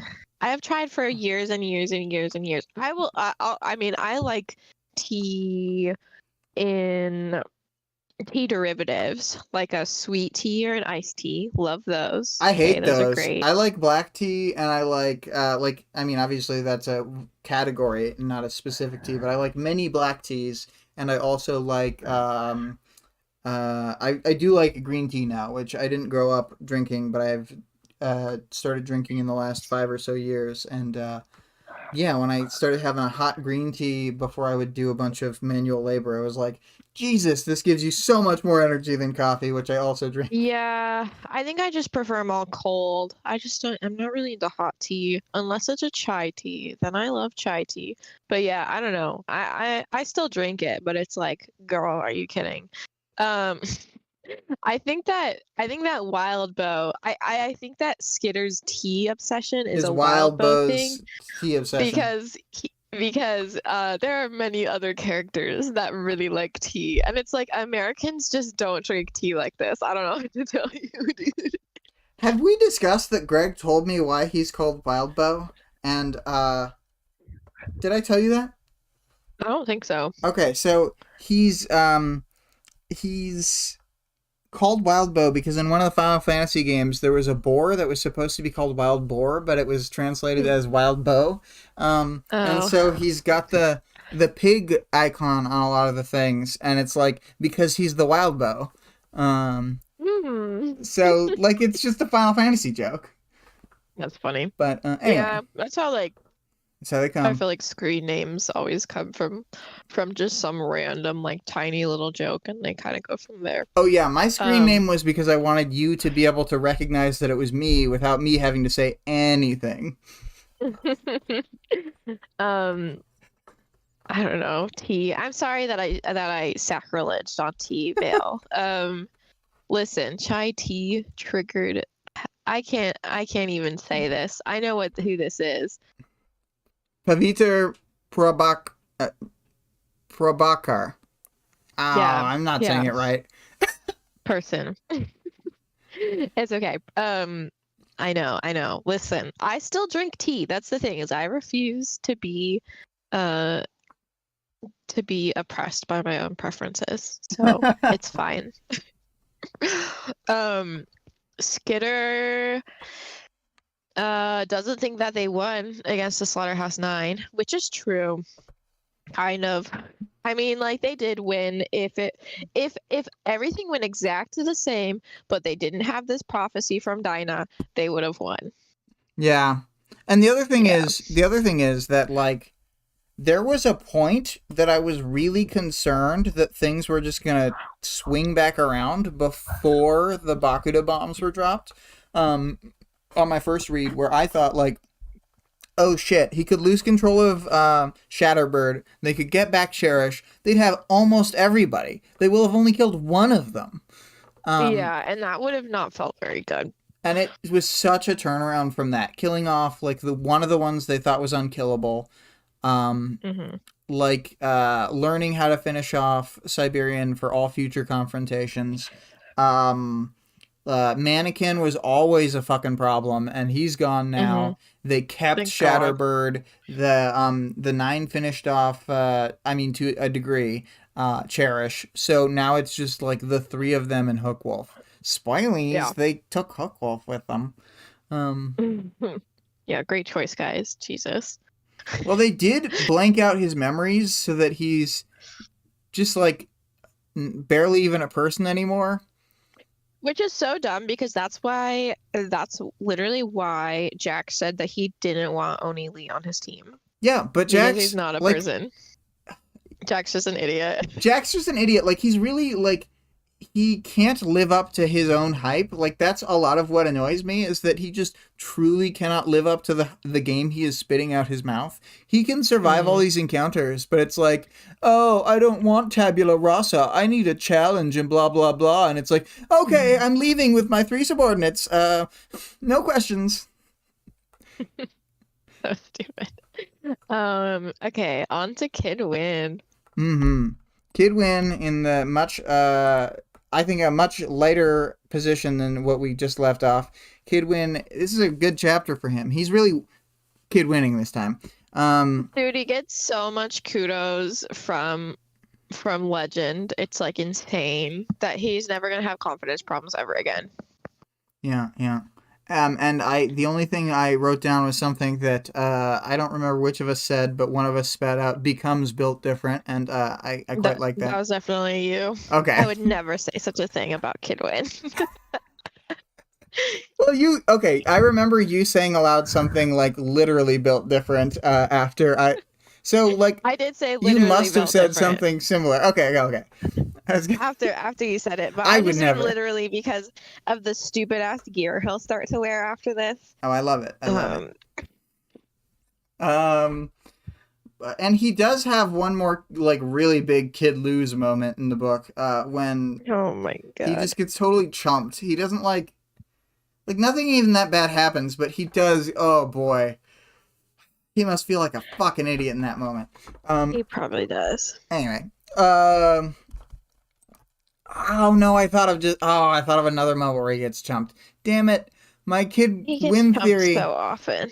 It's falling apart, but I really do think that Kid Win's on the beginning of his upturn. I think this is like he gained a little bit of confidence in Arc 9 with his whole like, oh, I did a thing, but then here he's like, now with Legend's help, I know that I am the multi-setting tinker, and that's my fucking thing. Yeah, listen, we all know progress isn't a straight line, so it's fine. Exactly. He is now Kid Ty. True. Awesome. Yeah. Oh, the doctor. She's got like a sexy French accent. She's like a hot black lady. Yeah, with the shaved head and but she's a major bitch though, because she's been true. lying to our boy Legend about not causing the case 53s. And then, like, when he confronts her, she's like, I don't know what to tell you. Like, she just doesn't, she's just so unresponsive to it. And it, like, gives me so much anxiety because, like, how dismissive it is. Because, I don't know, it just, like, hurts my feelings. Wow, yeah. Like, come on, you don't value Legend enough to, like, fucking pretend to be surprised? Yeah, well, I mean... You know, it's like she says, what am I going to say that's going to convince you? Nothing? Yeah. That's what I thought. She apparently knew all this stuff about Manton being the Siberian, and that they didn't even know how the Siberian's powers worked, and, like, never offered that information to anybody. I've been shooting at the projection this whole time, he said. Yeah, and seemingly is like still in communication with them. I don't think so. Because you think there's a different reason that she requested that they leave the city, that they be able to leave the city. Both the Siberian and Shatterbird have enough like overall top offense that they can hurt Endbringers in a meaningful way. Like, especially if Mm-hmm. you're using Shatterbird to counter the Seamerg specifically to blow up tech mid-fight, where you are bringing her onto the battlefield to... I don't know how these people are proposing that you'd get them to fight for you, but, like, as trump Yeah. cards, they do work in big ways. If, obviously, like, the what you call it, the Endbringers could suss out that the Siberian's a projection, but, like, I think that the Siberian could do more damage to an Endbringer than anything we've seen, including the Nanothorn, and by just Mm-hmm. like bringing her hands together in a way where, like, she's more inviolable than they are. I think. Yeah. Yeah, Um. she could definitely just like, because I think she could get like pretty close to their like cores or whatever. Yeah. Yeah. I think that she might be even able to kill them. It's unclear. Yeah. Whereas, like, Um most powers, you straight up can't kill them. So. I think that's it for the doctor. She's just kind of like a dismissive bitch in this chapter. And she loves lying, I guess. She loves lying and she's so good at it. Mm. Except when she's talking to Battery, but Battery just like goes along with it anyways. Mm. Because Battery is like very confident whenever she knows the doctor's lying, and then she's like, anyways, let's move on. Yeah. I think out of this scene, the only... Because we haven't seen the bodyguard yet, so the doctor's the only person we knew was part of Cauldron until this scene, I think. Mm-hmm. Yeah. So with the doctor, she was accompanied by a unnamed bodyguard and the Codename number Woman. man. Yes, she is a woman. And she doesn't say anything this chapter. She just stands there. Legend knows that this bodyguard is somebody who, like, this is from his personal deduction or whatever. She's somebody who the doctor thinks could pretty easily take on Eidolon, Legend, and Alexandria to allow the doctor to escape the situation. So But she might not be able to like beat yeah. them, but she can at least stall them or like make something happen. But he also doesn't feel like the bodyguard feels certain of her own victory because of the way she carries herself. Yeah. So, it's like, I don't know necessarily if he's correct or not, but that's just like... That's what he That's what he's supposes. interpreting from what he's seeing. So. Yeah. Number The man. number man, Mhm. he's our favorite banker. Yeah. He's I thought of...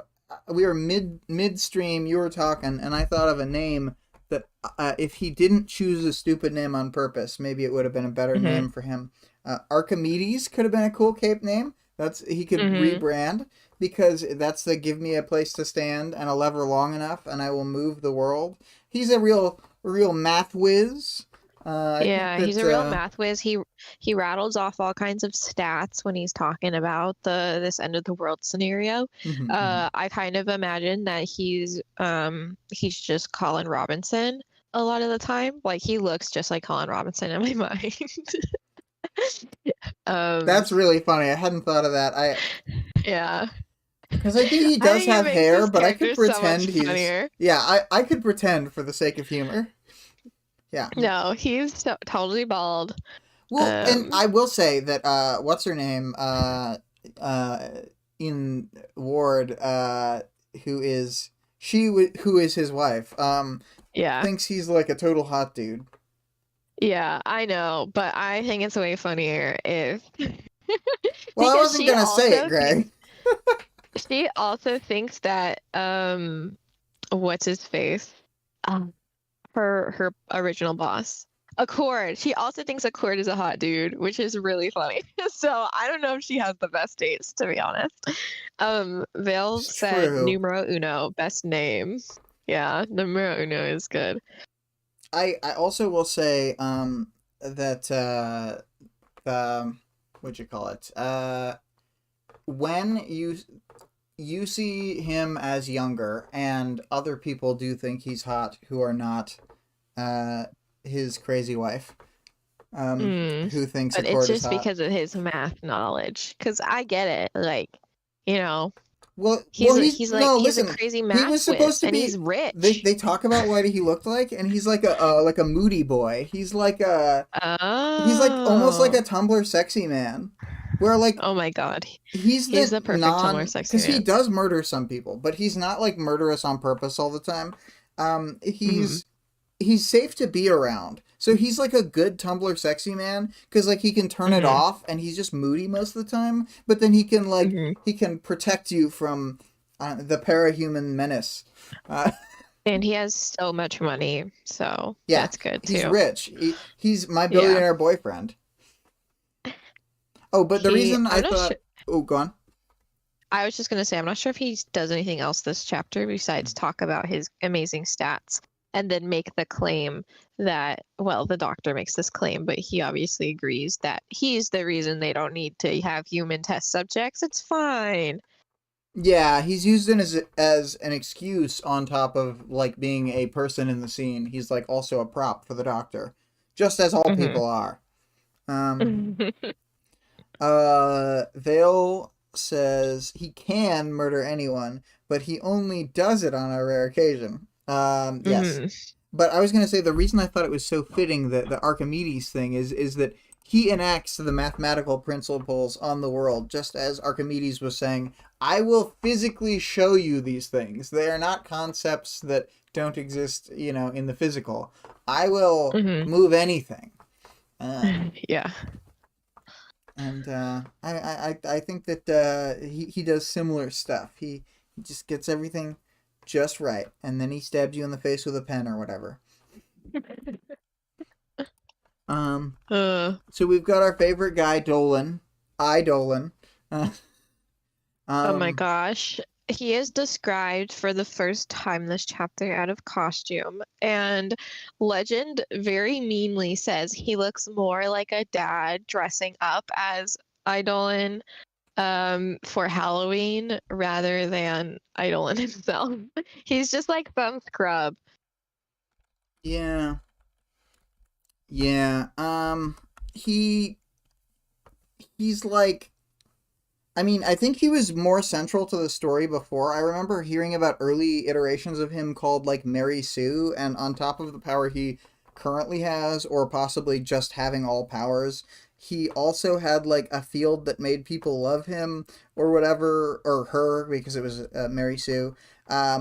But I think that it's better this way where people are off put by him Mhm. rather than like, because I mean, I don't know. It would be not that I've seen more than the first episode of The Boys, but it would feel a lot more like The Boys to me if it's like, oh, and she was secretly evil and she made people love her. I mean, like, Yeah. there kind of is a character like that, but like the person who does that, like who mind controls on a mass scale, like none of those people are portrayed as even like partially heroic. You know what I Yeah. mean? Yeah. Vale said, "Isn't Archimedes about displacing water?" Greg said he also did that. Yeah. Yeah, I was gonna say multiple classic stories. I don't remember if this was Archimedes or someone else, but one of those old dudes. He was like drawing circles and triangles and shit, and then the Romans were supposed to bring him back so he could build them weapons of war. But then like he wouldn't stop drawing circles and triangles and shit, so the Roman soldier killed him, and then That's what I would do too. I get it. that Roman soldier was executed for killing him.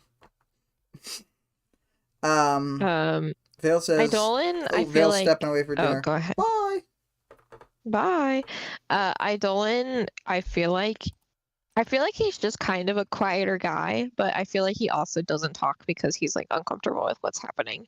He just does he does like the one lie at the end, and that's basically all he says. Yeah, yeah. He does mention about how his power works, that he isn't given the powers that he asks for, but the powers that he like needs for And a given situation. that's not a lie from his own perspective, because we Yeah. don't get the lie drop. So it's good to get some best of our knowledge style like lore drops where we're like not questioning it, I guess. Mm-hmm. And like none of the stuff that Numberman said was a lie either. All of that stuff about the end of the world, he really believes all of that. Yeah. So that's all true too. Alexandria. Alexandria is a big meanie liar. A big bully liar meanie. She is all Legend also makes sure to let us know she's very sexy, but in a way that like a lion is sexy. She's So, like, he's like, look, I'm not attracted to women, but like Alexandria, forget about it. Alexandria is beautiful. She also has a secret thinker power that is like not widely known to the public. Brain that power. they talk about a bit. She actually named herself after the Library of Alexandria, and it's not like a huge thinker power. It's just that she like, it's kind of like a sponge. She just kind of sponges up knowledge. So she doesn't have like lie detection powers, but when she tells Legend that she can tell the doctor isn't lying, it's because she can say like, oh, well, I studied this thing, and because of my sponge powers, I like very easily was able to understand and execute it. And like the fact is that she can store not only like I think while like body language stuff doesn't work for real people, it would work if you had the kind of superpower she has, where you are literally building up data on a person and storing all of it. And like, yeah. I don't know. I think that we can take it at face value that she can actually do this. Yeah, I agree. And the lie part isn't like, it doesn't pop up when she says, oh, I can tell blah blah blah blah. I can read people if they're lying or whatever. Like it only pops up when she says she's not lying. Yeah. But here the I don't have much more to say about Alexandria unless you do. No. But here's the one I added. It's Battery. The battery story died. is very sad. Battery died go to the part very slowly and over a long period of time. A lot of suffering. So it says, Battery had begged him for affirmation that she'd tried to do the right thing, that he would find answers she didn't. He'd reassured her the best he could. You know, it's like it's very sad. It's very sad. I'm like really proud of Battery for telling Legend these things before she died and not like letting the knowledge die with her. I'm not sure if you had said it, but she had planned to like try to kill the 9, like to snipe them off after she had fake helped them.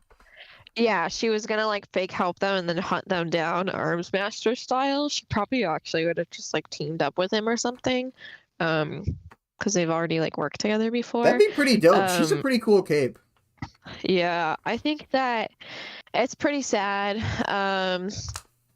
And I don't even, it's like unclear if she even knows that Legend was a part of Coven. Definitely doesn't know.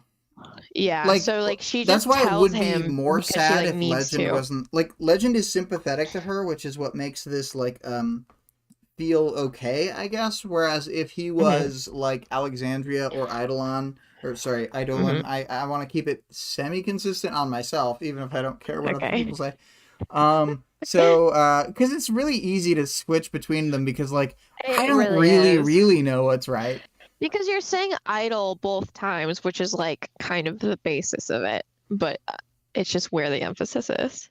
Yeah. But yeah, she, if it was one of those two, then it would have just felt, like, sad. You know, because it's just it would have just died with them. It's like it's just as sad as the scene feels when never mind, this hasn't happened yet. Okay. We won't talk about it. Yeah. Okay. Anyways. Yeah, so Battery was poisoned to death by stupid Bonesaw. another character where Yeah. I'm like, we should have finished off Bonesaw when we had the chance, and everyone's like, but Yeah. Riley's such a cool character, and I'm like, tell that to all the people she tortured and murdered She and tortured murdered. murdered so many people. Yeah. But I do feel proud of Battery for, like, even though it was like on her deathbed, so she like knew nothing worse could happen to her or whatever. I still think that it was like good that she reached out to somebody to try to like have them figure out. It wasn't even to figure out what was going on, but I do feel like that was probably part of the intention. Mm-hmm. Actually, I will say, we don't really talk about the 9 themselves that much in this chapter, but I feel like, I don't know, they do talk about Jack's prophecy and stuff, so maybe we should have talked about that a little. We'll talk about that in the Powers, Knowledge, and World Building. Yeah. Prophecy. Let's see. Boom. I was like questioning myself how it was spelled. Not a word I type out very often. Do you got more to say about Battery before we move on to the legend himself? No. The legend. We do love him. Unironically. Yeah. He's a good guy. Taylor thinks he's hot. He is like just genuinely sweet to like Kid Win is not the most not the easiest kid to love, okay? So Jesus. I feel like the fact he was so nice to him, even though he was doing him a favor, was like he just kind of goes around doing good. He's a ne'er-do-gooder, you know what I mean? He's a hype beast. He's always getting his friends in the Protectorate and the wards ready for the future, and he's always trying to keep everybody on the right track. And he's like getting everybody, happy about their own situation and willing to push further. He's like, he doesn't even have to be on to be on. He's really, really good with his words. We've seen this like between, I feel like him and Bago had like a good interaction. Obviously this chapter he does like a good job with he's good at talking to heroes. He's not good at talking to Skitter. He might not be good at talking to Skitter. He was really distracted at that point though. To be fair, like he had just seen that Leviathan fight. Oh yeah, I was talking about when they're flying in the air and Skitter goes up to him and he's like that man has tattoos on his hand. I think he's good in that conversation. I think he's specifically bad in the conversation with Skitter with Trickster and the conversation with Skitter in the hospital, because he didn't do great in those. He doesn't know the full circumstances, but he still should have just, I think, done, I'm not sure how to say it. He should have, if he is really going in this open-minded about trying to pull Taylor into the wards, had more leeway for her and not been as direct, I think. And, people could say a laser's direct, but his lasers can turn at any angle. Any angle. We saw it in the previous chapters. They would just went all over the place. Yeah. So. And he can also turn down his lasers to tickle mode, which is funny. So. I love that too. Yeah, I'm glad that he has a stun setting. He just like punches you over or whatever. Yeah. What else to say about Legend? He is a gay man. He talks about he's like. Even throughout all of this like horribleness, he's like, oh man, I just can't wait to go home and hug my husband and baby. Like he'll like just keep getting excited about it, and then he's like, okay, I need to be serious for a minute. And then go and confront his like best friends and teammates about like really serious circumstances where they've been lying to him, and then he's like, oh man, I can't wait to go home again. So that's pretty sweet. Yeah. It's good. I think that he's one of the most likable characters to me. In terms of like general audiences, he doesn't really have a lot of downsides. And sometimes the reason I'm like address like a negative thing that I've heard before is not necessarily that it's like the most common, but I have listened to a lot of people first time read this, so you know, Yeah. yeah, heard a Do lot you of want to weird move reactions. into his like power explanations? Yes, yes. Uh, for the power, yeah. Let's just jump right into his. That's a good idea.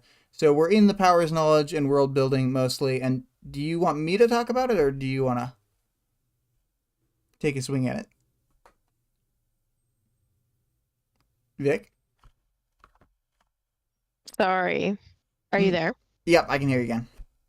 Okay, sorry. I was like, what? I tried to go look at the actual chapter and then I like fucking closed Discord. Nice, nice. Um, Perfect.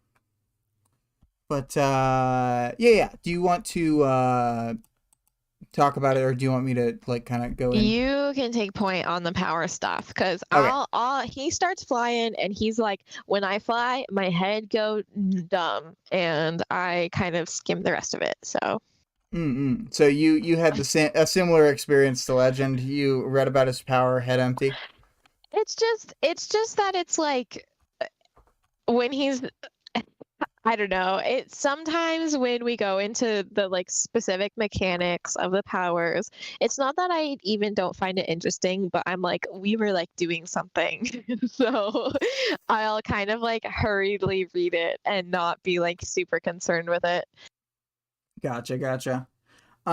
Well, the way that his thing, he's got like multiple aspects to his power. There's the obvious one where he can fire lasers out of himself all the time, tons of lasers. But he can also, when he moves at higher speeds, he becomes light. So he has like a breaker form body, like a lot. And so all of him like zooming around is him becoming more and more like aspect to just being light and not being like a human anymore. And then he becomes a human again when he lowers his speed. And then there's the other thing of like his mind turning off so that the speed of light and like time dilation of going that fast don't affect him, which could definitely be a huge problem. So like that's a built-in defense that he got. And it's like good that he got that because a lot of Cauldron Capes, like that's what's fucked about their powers is they don't have any of the built-in defenses, and so they just like kill themselves with their powers basically. So if Mm-hmm. he didn't have that, he would just like go insane every time he went super fast because he would like live through years where he's not doing anything or whatever. Um, Yeah. so like that's what that's for, I think. Um, and it's really And it's a little cool. bit scary for him. Yeah, because he thinks there might not be an off button if he goes too fast. Mhm. Yeah. Um, and he thinks about being able to fly away from the planet. And like minor spoilers, but it's a good thing he never actually tries it because, as good of an idea as that sounds on the outset, their powers don't work after they're a certain distance from Earth. So he would just become a normal human and die. You know, he'd just be a Yeah. super suited man floating through the air, or the lack of air. Um, Yeah. uh, but then his power also it has this portion of it where it's reactive, where when he's taking damage or like any hit, then he becomes the light automatically, and when he's in his breaker state, he not only absorbs ambient radiation and like uh heat and stuff, but he heals his body while to peak condition with the excess energy that he has. So, like literally shooting him with a gun doesn't work because even if you shot him in the face, then like his body would reactively turn to light and heal itself before you destroyed his brain.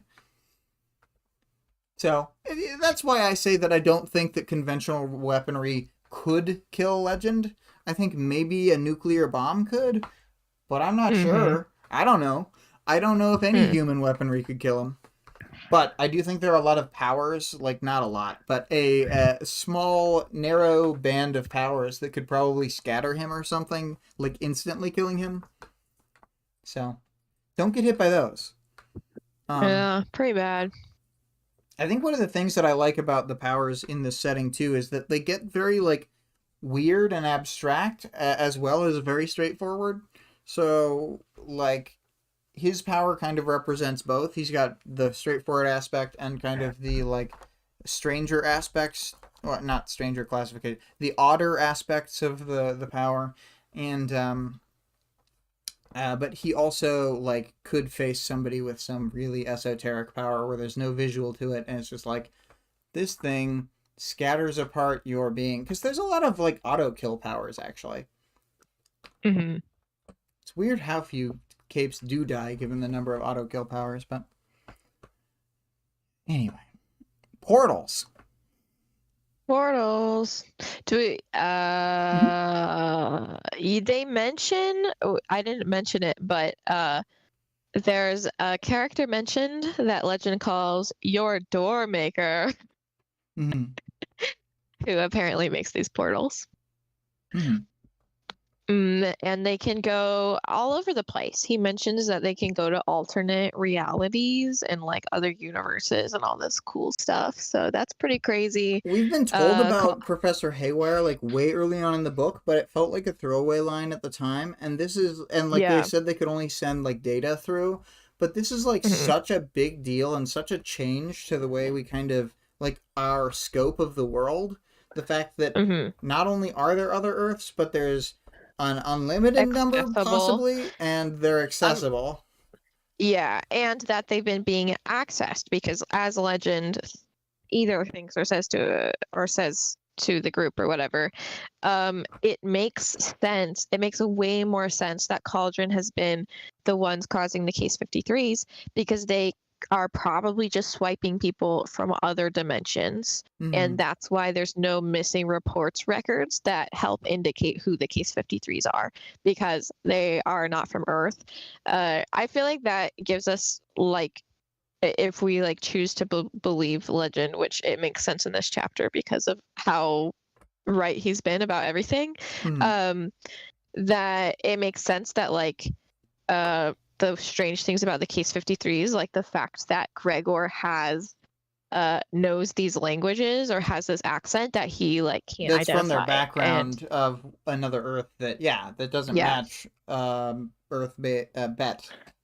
What a beta Earth. So yeah, pretty messed up.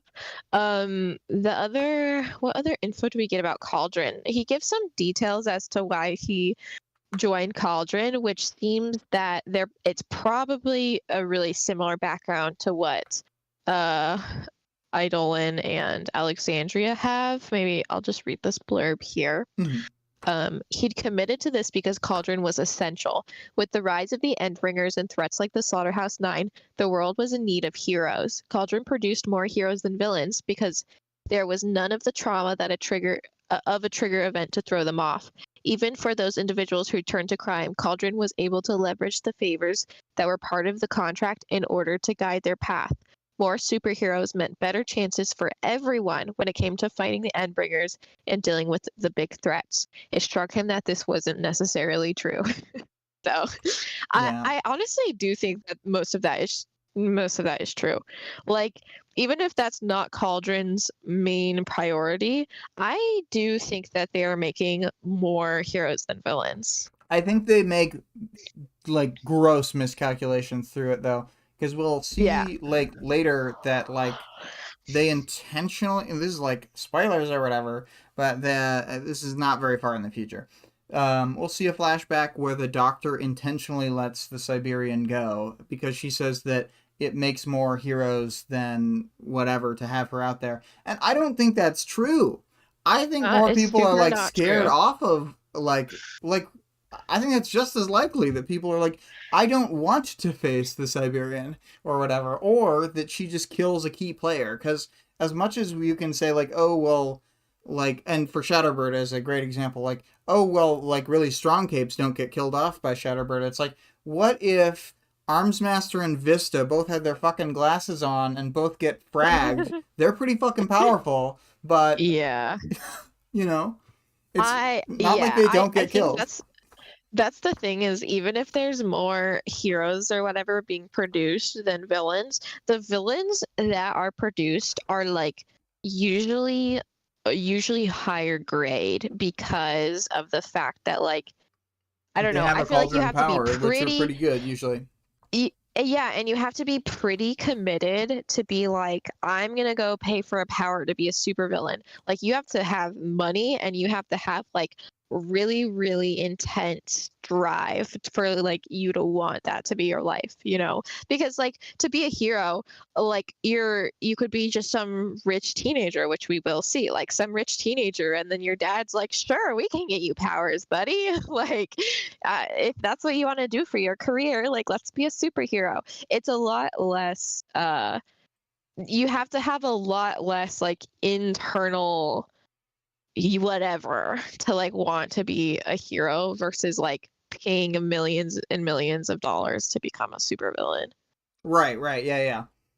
And like maybe someone would pay millions of dollars to like their whole goal is like I want to impose my will on other people on a more mass scale. But I really think that it's more self-aggrandizing and would fit more into the narrative of a lot of rich people that they would like do the like be a disingenuous hero. Like I don't even think Triumph Yeah. is a disingenuous hero, but I think it's much No. more likely that someone would be that if they're trying to hype themselves up and they're an already Like rich somebody person. like Coil could have 1000% just decided to be a hero instead of a villain and like basically done the same thing and been like a disingenuine And Coil like literally doesn't vigilante. have money. The way that he does it is like another like thing we learn later. He trades favors and so forth for it the way Battery does and like isn't even coming into the situation. So he's like digging himself out of a hole from the very first Hmm. day. You know what I mean? Yeah. So Yeah. like he's that is like part of the thing is that as much as they say like the money is for XYZ reason, one of the cause and effect like effects of it is that the money will lead people to do these like desperate things which will not necessarily Hmm. yield good results. Like I mean, I don't know. Not necessarily that Coil does anything that seems desperate, just like Hmm. he's building an evil empire cuz he's crazy. Yeah.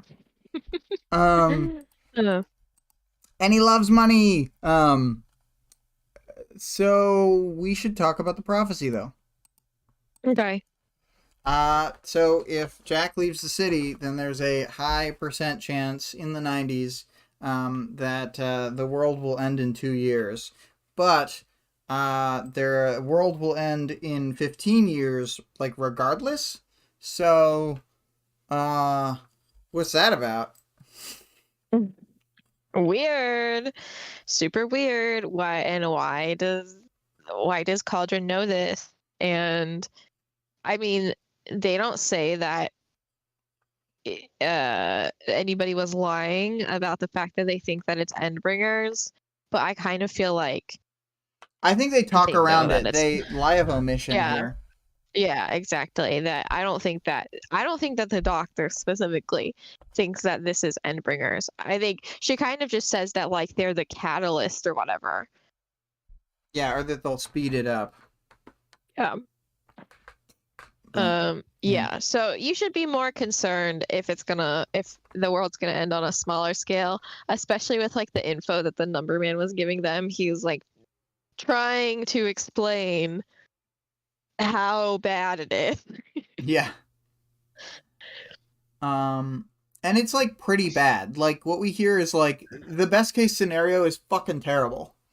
Yeah, the best case scenario is still like what, like 60% of people dying or something, or 90, I don't Well, know. I think it's And like then you're left with 48% after the additional deaths from the following couple years.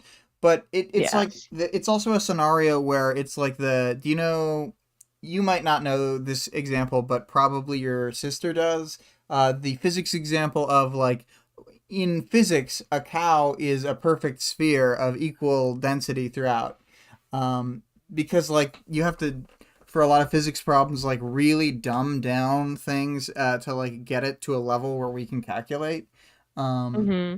and obviously we've gotten much better at that. But for a long time, that's the joke about the physics problems, is they're so like unrealistic and don't take into account like Yeah. nearly enough stuff. Um, Yeah. Like they only work in on this like vague level. yeah, and what the number man says, I think, is assuming there are no bodies. So like, what are they all magic? Do they disappear? Like, I guess that could happen because of powers, but it seems a lot more likely they get exploded or something. Yeah. Bodies. Yeah, he says, it's unlikely it will occur. The bare minimum of people would have to die. There couldn't be any bodies. What the fuck? I think maybe Out of all the he's like millions of... imagining yeah, they get like blasted out of reality or like Yeah. some kind of shit or the survivors get blasted into a different dimension or something like that. Or the door Which is, maker. like, It'd be so funny if yeah. door maker just made doors under all the bodies, like dumping them into one world. It'd be Oh, terrible, but they would do that. no, it'd be They so would totally do convenient. that. I would do it. I would do it. And then they also say there wouldn't be anything left unattended that could cause uncontrolled fire or nuclear incidents. If we ballpark a number talking about the events that could kill 1/3, and he's like talking about the likelihood he thinks of different stuff. Also, there is one part I just can't help but call out because I'm a fucking nerd. Is that the doctor unironically brings up the crisis scenario of Behemoth triggering a nuclear winter, which, as far as I have ever understood, is actually not real. Nuclear winter is not real. Like, it's like one of those weird propaganda things from the Cold War that like people just believe. So like the doctor wouldn't believe in that, or the number man or Alexandria would be like, that's bullshit. That's not real. They didn't want to undercut her. Sure. Perfectly spherical cows on smooth frictionless surfaces. Yeah, that's... It's raining men. Hallelujah. Yeah. My God, I never even thought of that when I was thinking of dropping all the bodies through portals. Oh my God, so bad. Yeah. What was I gonna quickly look up something? Yeah, nuclear winter. Nuclear winter. I forgot to write anything about it. Yeah, nuclear winter debunked.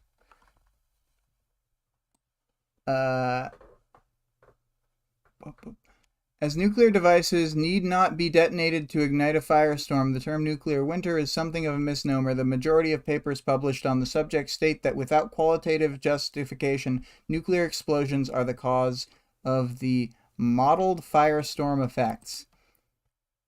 I don't know. But there's several things. Why is nuclear winter a myth? What is the scientific...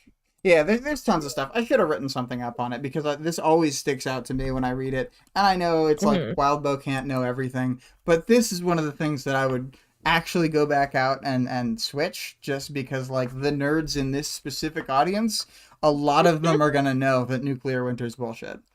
Yeah. And like a lot of his other stuff is like weird science that's very true. Like all that stuff about like, I remember as a kid learning about arachno-weave bulletproof vests, just like real shit. We genetically engineered goats to have some spider DNA so that they would produce spider silk so that we could make more arachno-weave vests. And they live a nice life being like a milk goat for their whole life. And there's never even a chance that they'll be turned into an early dinner. They're saved. Yeah, so like I don't know. There's a lot of the book feeling really real because of it having like details about real life that literally most people don't know. No. So anyway. Greg said any large enough explosion could toss a bunch of soot and dirt into the air and cause a global temperature drop. I'd be more afraid of him triggering a super volcano than a nuclear winter. Yeah. But yeah, do we have any more world building stuff to talk about? We learned like so much about like Cauldron and crap, but it's just like hard to know what to say about. No, I think I'm good. Cool, Learned a cool. lot today. Yeah, did you have we got to kind of arc wrap up, so I'm going to look. Oh, and by the way, this chapter has like the worst chapter title, Interlude 14.5. It's not like 14 and a half like his other and a half chapters. This just looks like it comes after 14.5, which there would Yeah. be some pretty fucking big spoilers in here. Yeah, it's a little bit silly. Um, but we've got 14.1. It's like this is right after the Brian fight, so we're coming a long way emotionally in this arc too. Hmm. Um, she's got her legs under her emotionally and mentally, so she's no longer lashing out and hurting Brian. Um, I That's probably good. people view the end of arc 13 like so negatively without ever like also saying, "Oh yeah, she has just equally been through this ridiculous amount of trauma." And Yeah, no, they're just both lashing out at each other, and then like they calm down pretty quickly too. Like they get out of it. mhm. Yeah, it's true. It's true. And then that part they sort of get some more info. They decide to maybe work with Cherish. They run out in 14.2 to save Amy.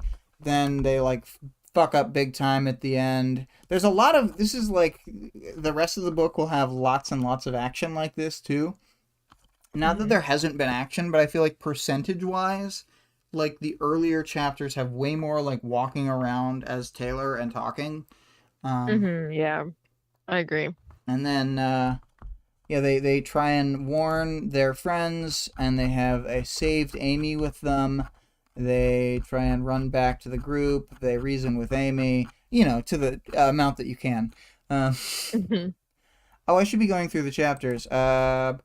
Woo! All the way to the end. So we start off with the Rachel. What a great art! The dog scene and the wagging tail and the Oh, becong. And then we have fucked up Amy, classic. love Um, this one.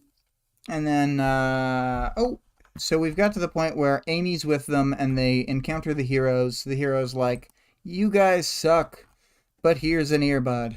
And then Tattletale's like, you guys suck, and I will drop a bunch of I know that she knows that I know that she knows information.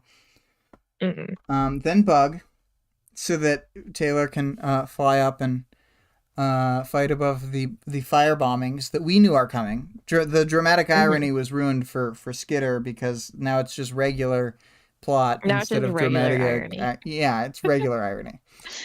Um, and then she flies away on Bug, which is good. Who we will soon call Atlas lovingly because Atlas rules.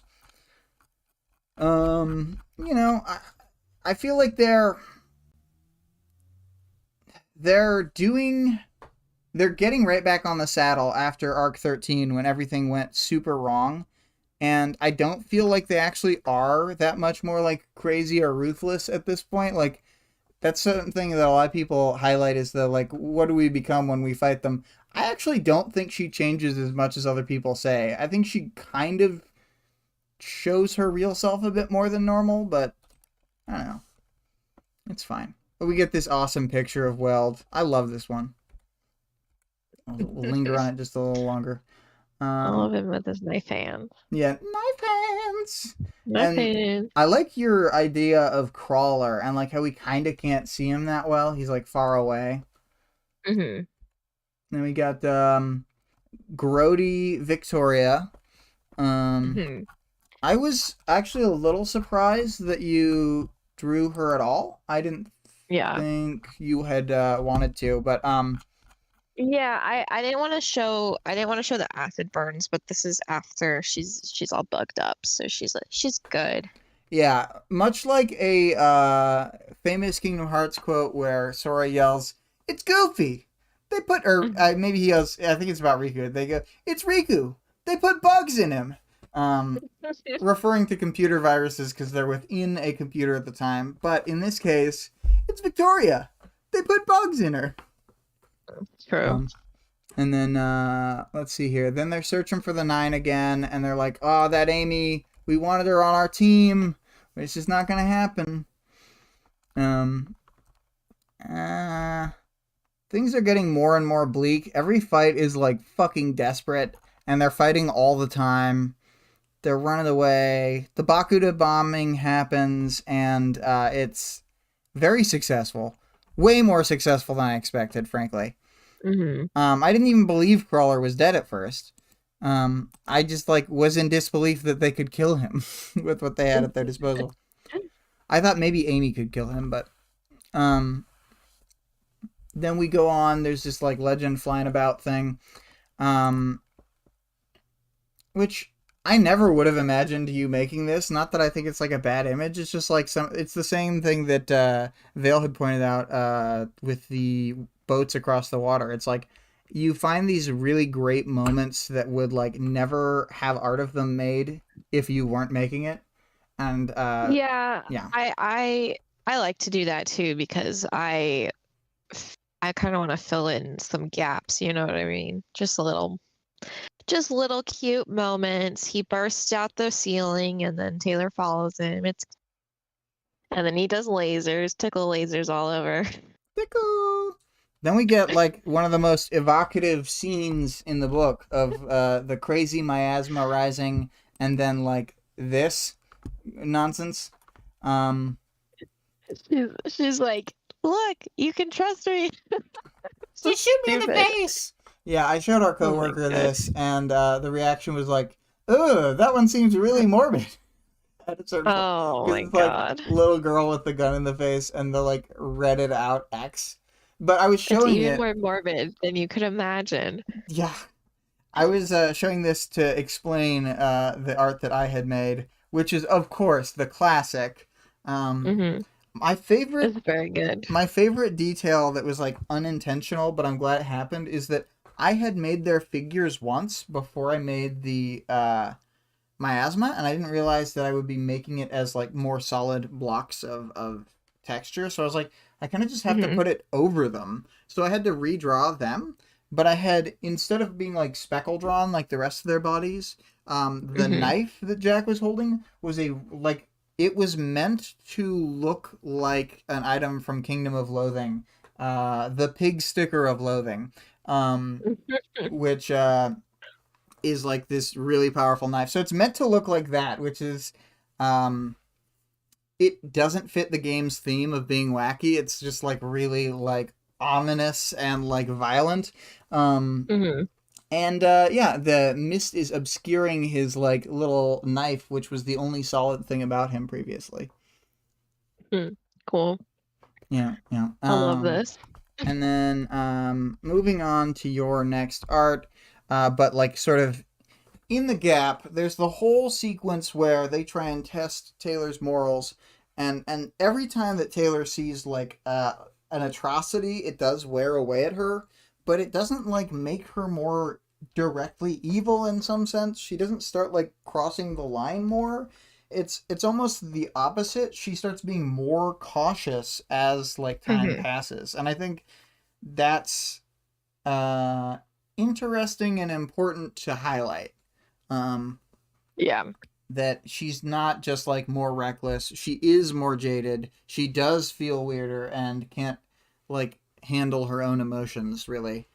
Um, and then yeah, she like doesn't kill Battery, and then she like reasons her way into figuring out what's happening on the coil call that she's with Jack and Bonesaw, and then without being able to know their power, still fights these chumps off. Like that's how good she is. Um, I know she doesn't like win, but they don't kill her, which seems like they could probably get the drop on and kill most people. Mm-hmm.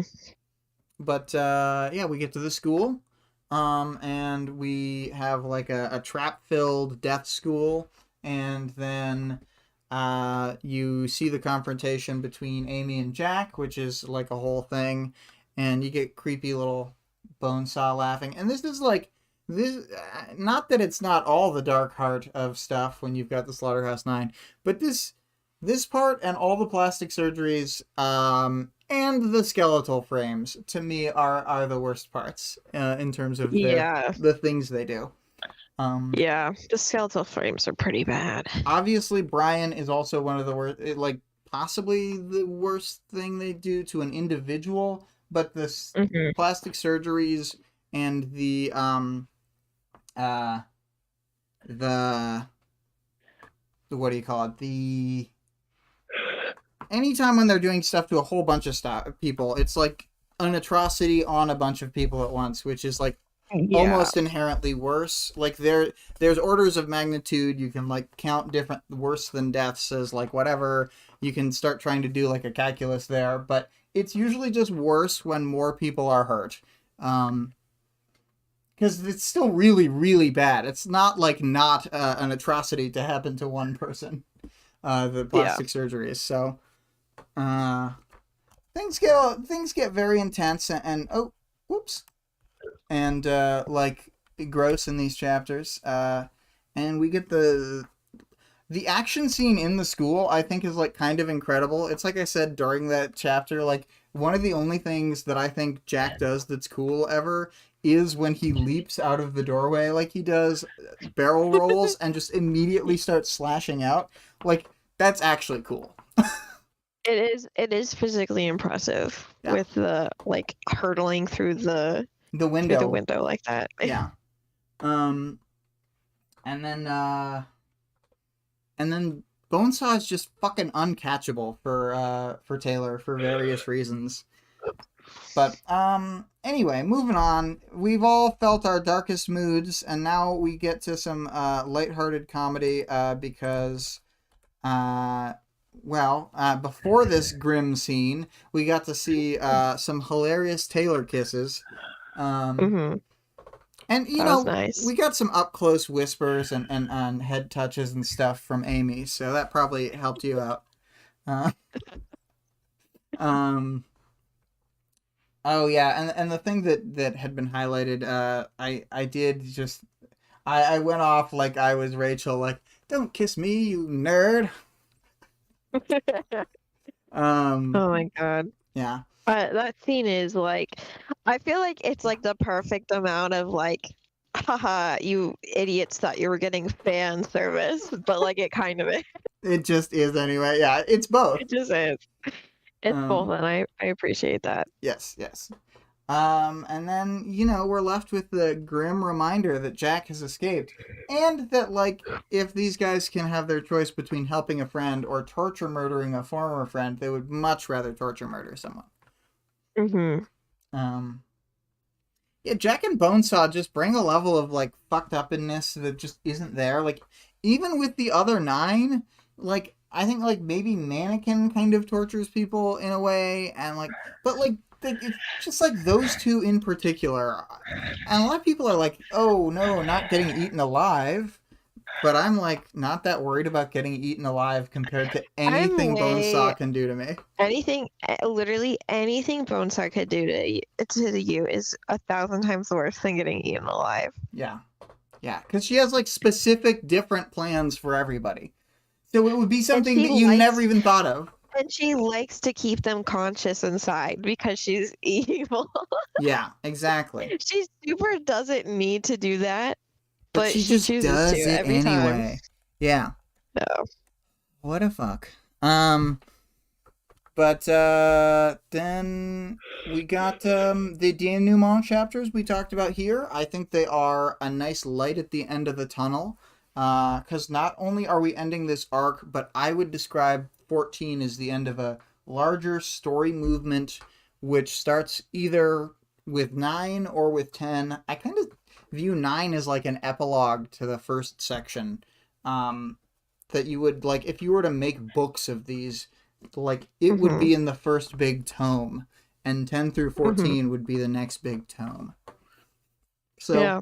We're going to move into a significantly different section of the story, and, importantly, we will have a new song debuting next week, so. Hooray! Very cool. We don't have any bonus at all, do we? No. What do you think of this arc? I kind of think to me 14 is much cooler than 13. Yeah, I mean, I like it. Um And it's not that 13's bad. 13's also good. I'm just, I'm very hype about some things. I think it's a good mix. To me, I know it's too horrific for some people, but I think that there's like a good balance of the horror and like feeling hopeful or like actiony or like things are moving like progressing in a direction that Things we feel really want for our mired in the heroes. previous arc, I feel like. It feels like, oh, Yeah. this is never going to end. We've only fought It's like like two of these fucks. it's a lot less bleak. I mean, part of it is just that we like do take care of a good amount of the Slaughterhouse Nine. But, yeah, I really like these chapters. I think that the what's it called? The interludes are just kind of like the cherry on top. Yeah, and I feel like the next section of the story, like arcs 15 and 16, have really impressive writing that is like even a step above anything we've seen so far. So I'm really Hmm. like looking forward to that. And this is like kind of feels like a transition point because he tackled like some really hard stuff with like the miasma situation. Like I think that's pulled off really, really well. And it would be so easy to fuck that up or have it like not hit very hard. But it's so Hmm. tense and like I don't know. I feel some type of weird, uncomfortable way when I read that part. But it's Yeah, very much what he was going for. So, yeah, I agree. um, cool. Let's go to the audience participation, I guess. So I'm gonna hop over to Discord. The first question was the 10 or 14 point X, which is which horror movie monster or character would you want to see be a member of the Slaughterhouse Nine? And the answer from Greg was uh, maniacal, powerful, spooky, willing to turn on his own allies at the drop of a hat. Why, the lost skeleton of Cadavra would fit right in. I sleep now. Um, for those who don't know, The Lost Skeleton of Cadavra is one of my favorite movies of all time. It is a black and white film made in, I believe, 1999 that parodies a bunch of old uh,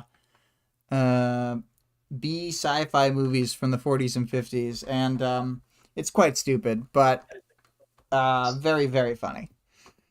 Nice. And then, let's see here. Uh, from Vale, it's Pennywise, the clown from the It novels, and it says he is a mix of many old and new Slaughterhouse Nine members and fits the universe to an extent.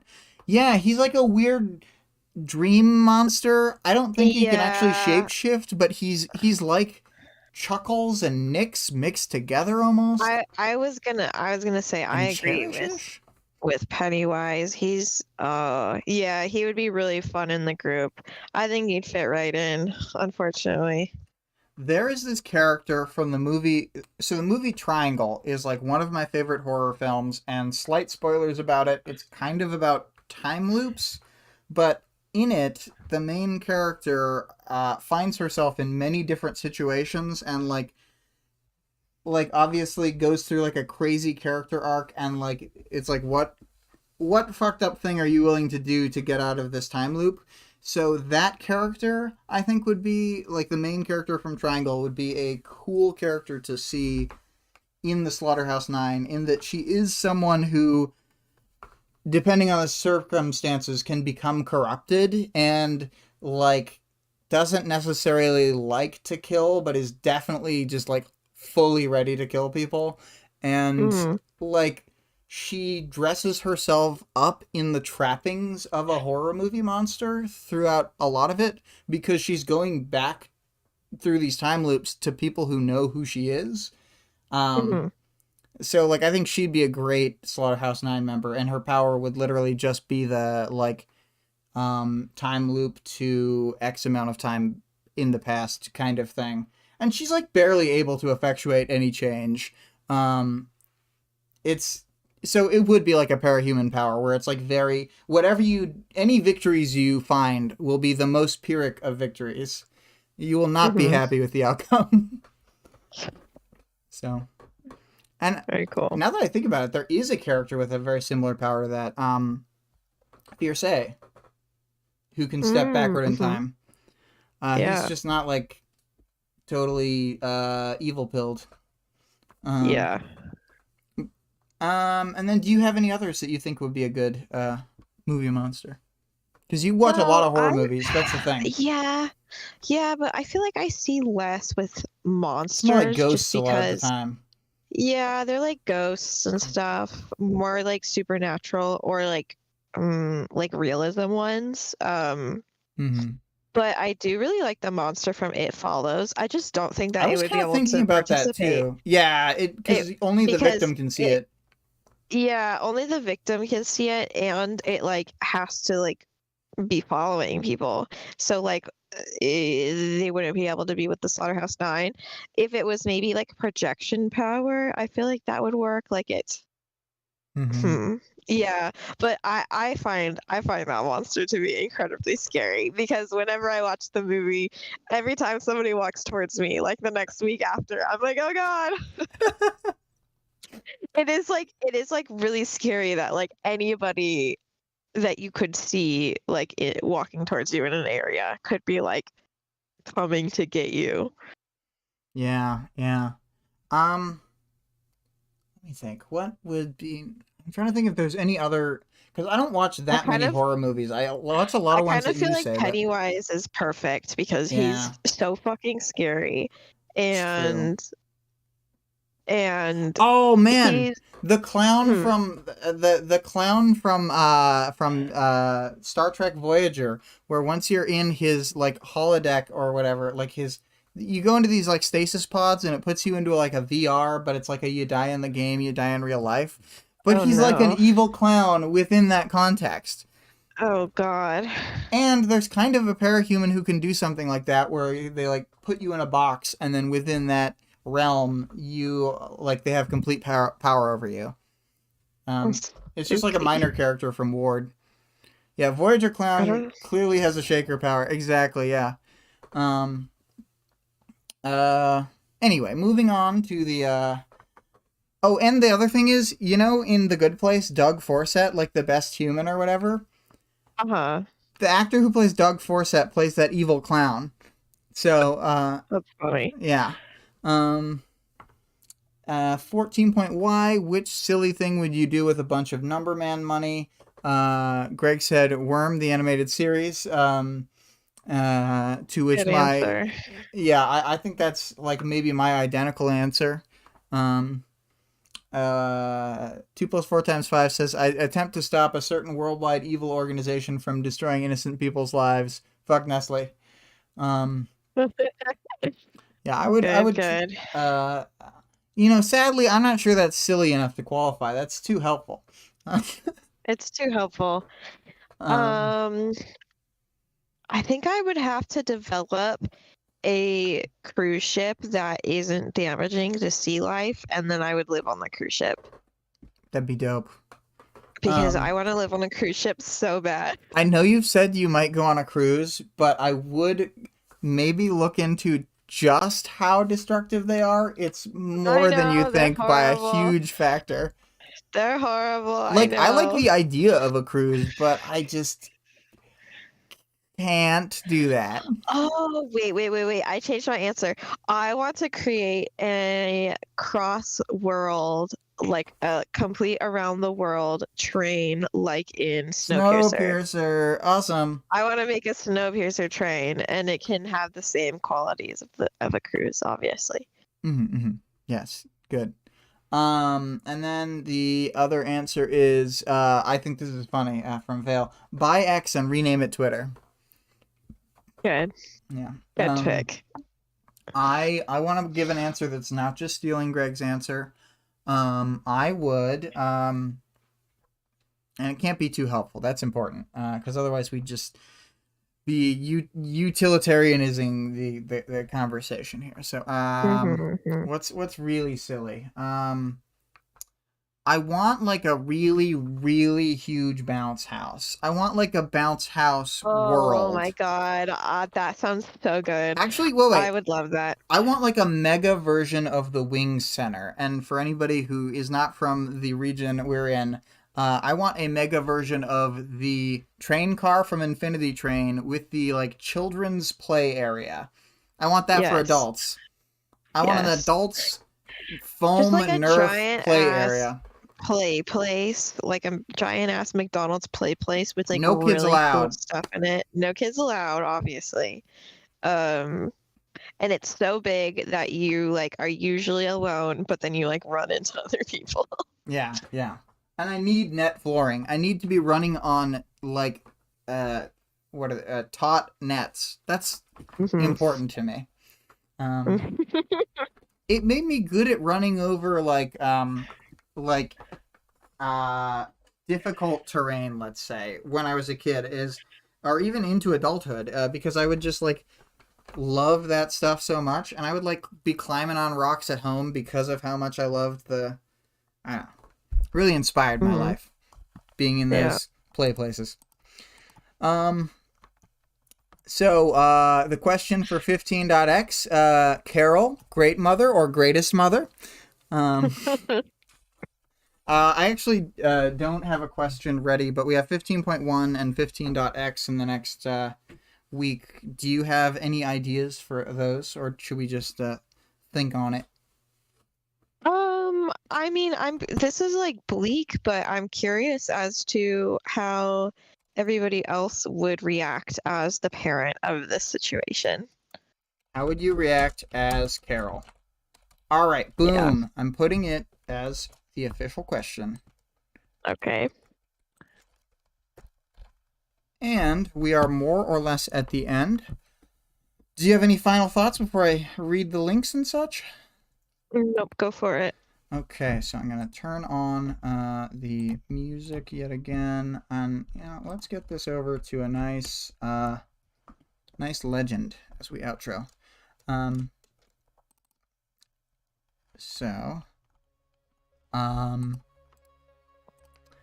Once again, we finished our Write Once, Read Many.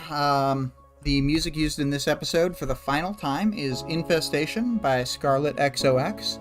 Next week we will have a new track. I do not yet know the name of it. Greg says no final thoughts. Head empty, full of light, legend style. So yes, we will have a new song which I love and got to see a musical breakdown of on the twitch.tv/Scarlett_Rogue channel. And so that will be totally dope. And Vic will actually be on the next episode because of the interlude chapter. So we'll get a first reaction, which I'm very happy about. And then the Discord server link is in both the stream description and channel description. Author of the work being discussed can, as always, be supported on Patreon at patreon.com/wildbow. The full text of the work is available online for free at perryhumans.wordpress.com, and there is a fan-made audiobook of the entire work at audioworm.rain-online.org.